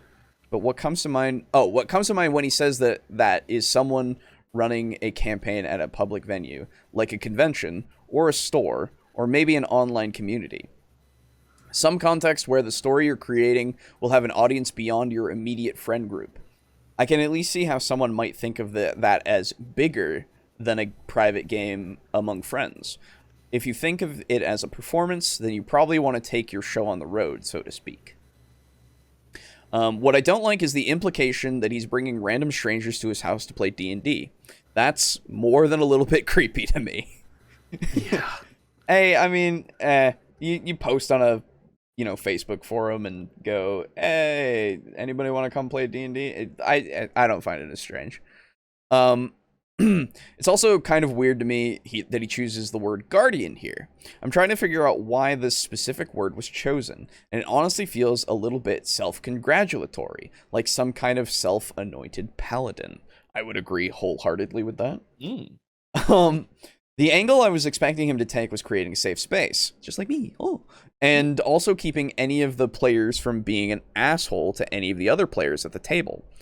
I don't know why I expected that, because Garibay always finds a way to make his videos weird, but I just can't help expecting things to make sense. Hey, hello. I see I am alive now. Yes. Just to finish off my point, where was I at? Oh, you finished it. You were good. Oh, good. Don't worry. Yeah, it was an excellent point. Because, like, there was silence after it. I was like, hello? And so, like, the voice connected bar was red, and I'm like, oh, sweet. They're going to the bathroom, I guess. Oh, okay, gotcha. Yeah, no, we even were like, oh, that's a good point. And then you just didn't say anything. I was like, oh, damn it. So, But don't worry. We're done with that. We're reading the comments. We're almost done, in fact. Anyway. For that, you just need to know your players. Aside from giving them the opportunity in session 0 to tell you anything they don't want to deal with in the campaign, you'll also find out what they like and don't like over the course of getting to know them.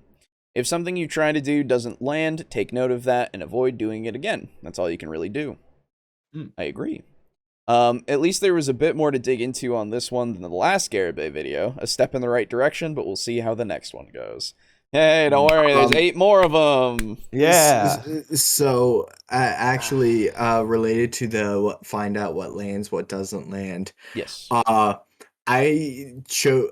recently implemented a very ham-fisted way of doing that. Which is I made my players encounter 3 Tabaxi clown brothers known as the Dandelions. Hey. And over the course of the Dandelions encountering them, the Dandelions went with basically rapid fire 4 different bits. They went from bit to bit to bit to bit to slapstick or crass or conspiratorial humor to try to see what landed the best with the party. And as such to try to earn the biggest tip that they could. And they found out that being conspiratorial and crass heavily landed with them, but with a little touch of slapstick humor.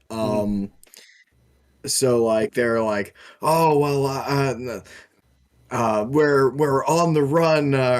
We're hiding our brother from a bunch of angry farmers. Something about farmers' wives. We can't go too into detail. And the players are like, and the Dandelions are like, haha, yes, give us money. You're right. Yeah, exactly. Yeah.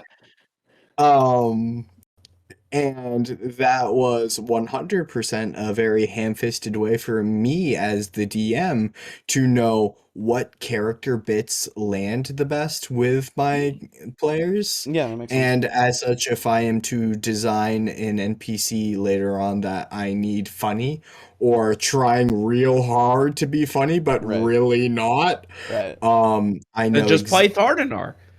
I know exactly how to build that character up for my players. Right. Yeah. That's cool. That's really cool. All right, everybody. We're going to thank our patrons, and then we're going to fucking die. Because it's the end of the year. Yes. And we'll be reborn next year. It's cool. We'll come back to life in September of next year. Yeah, exactly. So, thank you, of course, to all of our lovely patrons for supporting the boys and getting us to that dice goal. Appreciate you. That being Draco Kraken at tier 4. Thank you so very much. Mog Zero, also at tier 4. Thank you as well. Slazer at tier 4. Thank you. Steely at tier 4. Thank you. Drake Cross at tier 3. Thank you so much. Chris at tier 2. Thank you. Lux, because I refuse to make a fool of myself and pronounce the first part of that name. Daimao. Yep. Yes, exactly. Thank you. You do it, weeb. Yeah, I can do it. Thank you as well. At tier 2. Is he a weeb though when he doesn't even know Dragon Ball? When I don't No, equate so, Dragon this Ball is the to thing. Western dragons. This is the thing. He Yeah. equated Dragon Ball to Kobayashi's Dragon Maid. Kobayashi's Dragon Maid. That's even more weeb, okay? I think that's more weeb, because yeah. Dragon Ball, like Dragon Ball, would be way too It's normie like at this point. Yeah. The SpongeBob of anime. Exactly. I love Dragon Ball, but it just hasn't really been in my mind lately. Right. Not that I even fucking watch Kobayashi's Dragon Maid. I watched one episode and I'm like, it's fine. Yeah, that's fair. And then moved on. Um, Because the fucking thirst is just too strong in that show and it's too distracting. It's pretty thirsty. And of course, Frozen Spaghetti at tier 2. Thank you. And last but not least, Kill Chrono at tier 2. Haven't seen Kill Chrono in a very long time. Australia, I think, was his residence, so that makes sense. Anyway, leave a comment, Killer Chrono. Let us know how you're doing. Maybe. We miss you, maybe. Other than that, of course, you can support us through getting a thing on Public.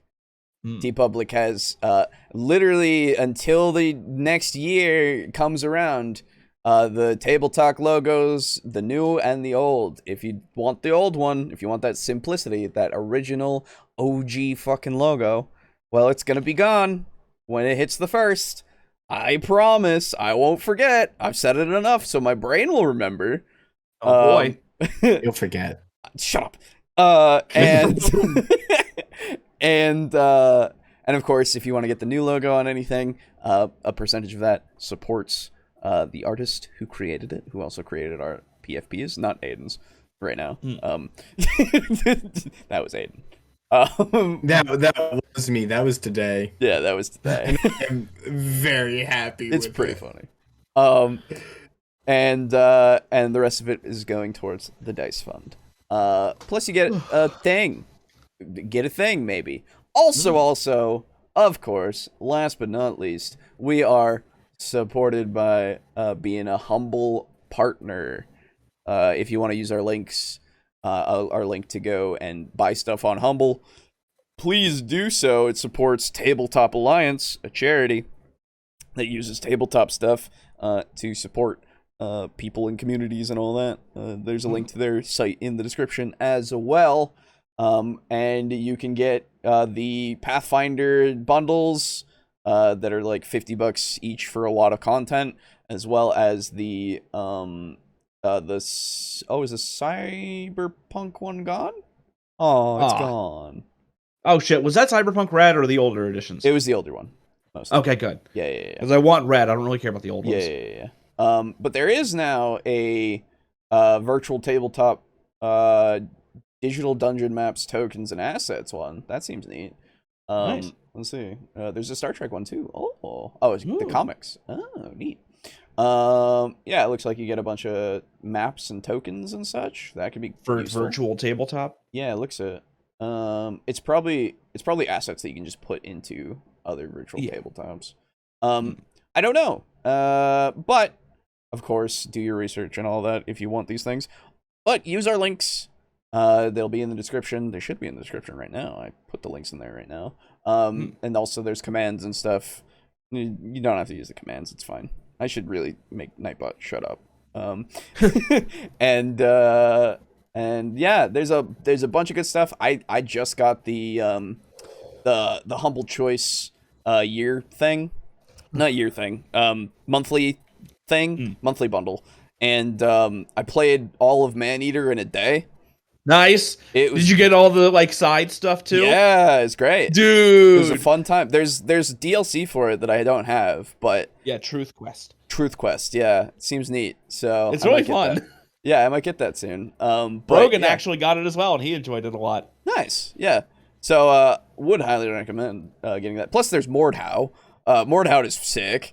It's part of it, and then Endzone. I have a extra copy of that I need to just give to somebody because I already owned it. But Humble's great. We love Humble here. Yes. Go do a thing if you want to. Other than that, thank you everybody for tuning in, hanging out, and trying to chill with us as I changed the title to Trying to Chill Out. There we go. Because I never reached that point. I don't know about you guys. Yeah, all of you people didn't believe hard enough. There is no liminal chilling. Yeah, that's true. I went super liminal instead. I don't know. I don't fucking care. We could have chilled if we had received more money. No, god damn it. Why do you do this every time? Anyway, so yeah, hope you all enjoyed. Hope you all had a good holiday season. Hope your New Year's gonna be great. Don't know about doing anything special for the New Year's. I don't know if I'm doing something with my family. I don't know about you guys. Yeah, no, I'm gonna be chilling with friends. Yeah, so yeah. So fair enough. We're probably not gonna do anything for that, but I will. I'll put out some Happy New Year thing because that's what I do. Now the back end guy, we're not doing Astatine this Thursday, right? No. The idea is, I might as well say, this Thursday we're gonna have a stream. We're gonna play Halo Infinite, the free one. Though I did just buy the Master Chief Collection right off the bat. Today as well, because of course you got the Halo itch. I did. It's been so long since I played Halo. So when me and Brogan finally make it through Halo 2 and 3, we should all play Reach. Yeah, honestly, because Reach has 4-player. Yeah, 3 does not. Super fun. I love Reach actually. Like Reach was I played Reach for the first time a while ago, and I really enjoyed it. I don't know. Nice. It was super fun. Anyway, so we'll be doing that this Thursday, so tune into that, and you'll see the VOD afterwards. These bastards will do anything to never go back to my campaign. Hey, man. I'm excited to get back. To have plot. Anyway, so... the sad part is Halo Infinite doesn't even have a campaign, and we're still gonna rather do that. I know. That's true. It does have a plot. You just have to pay $60 for it. Jesus. Anyway, so we'll see you next week in the new year. Yay! Yay! Hopefully it'll be less shitty. Well, goodbye. That's what we said last year. 2021 was 2020 Part 2. This is just gonna be 2020 Part 3. Exactly. Yep, pretty much. Anyway, fatalism. Woo! See ya! Yay! Bye! Life is meaningless! Woo!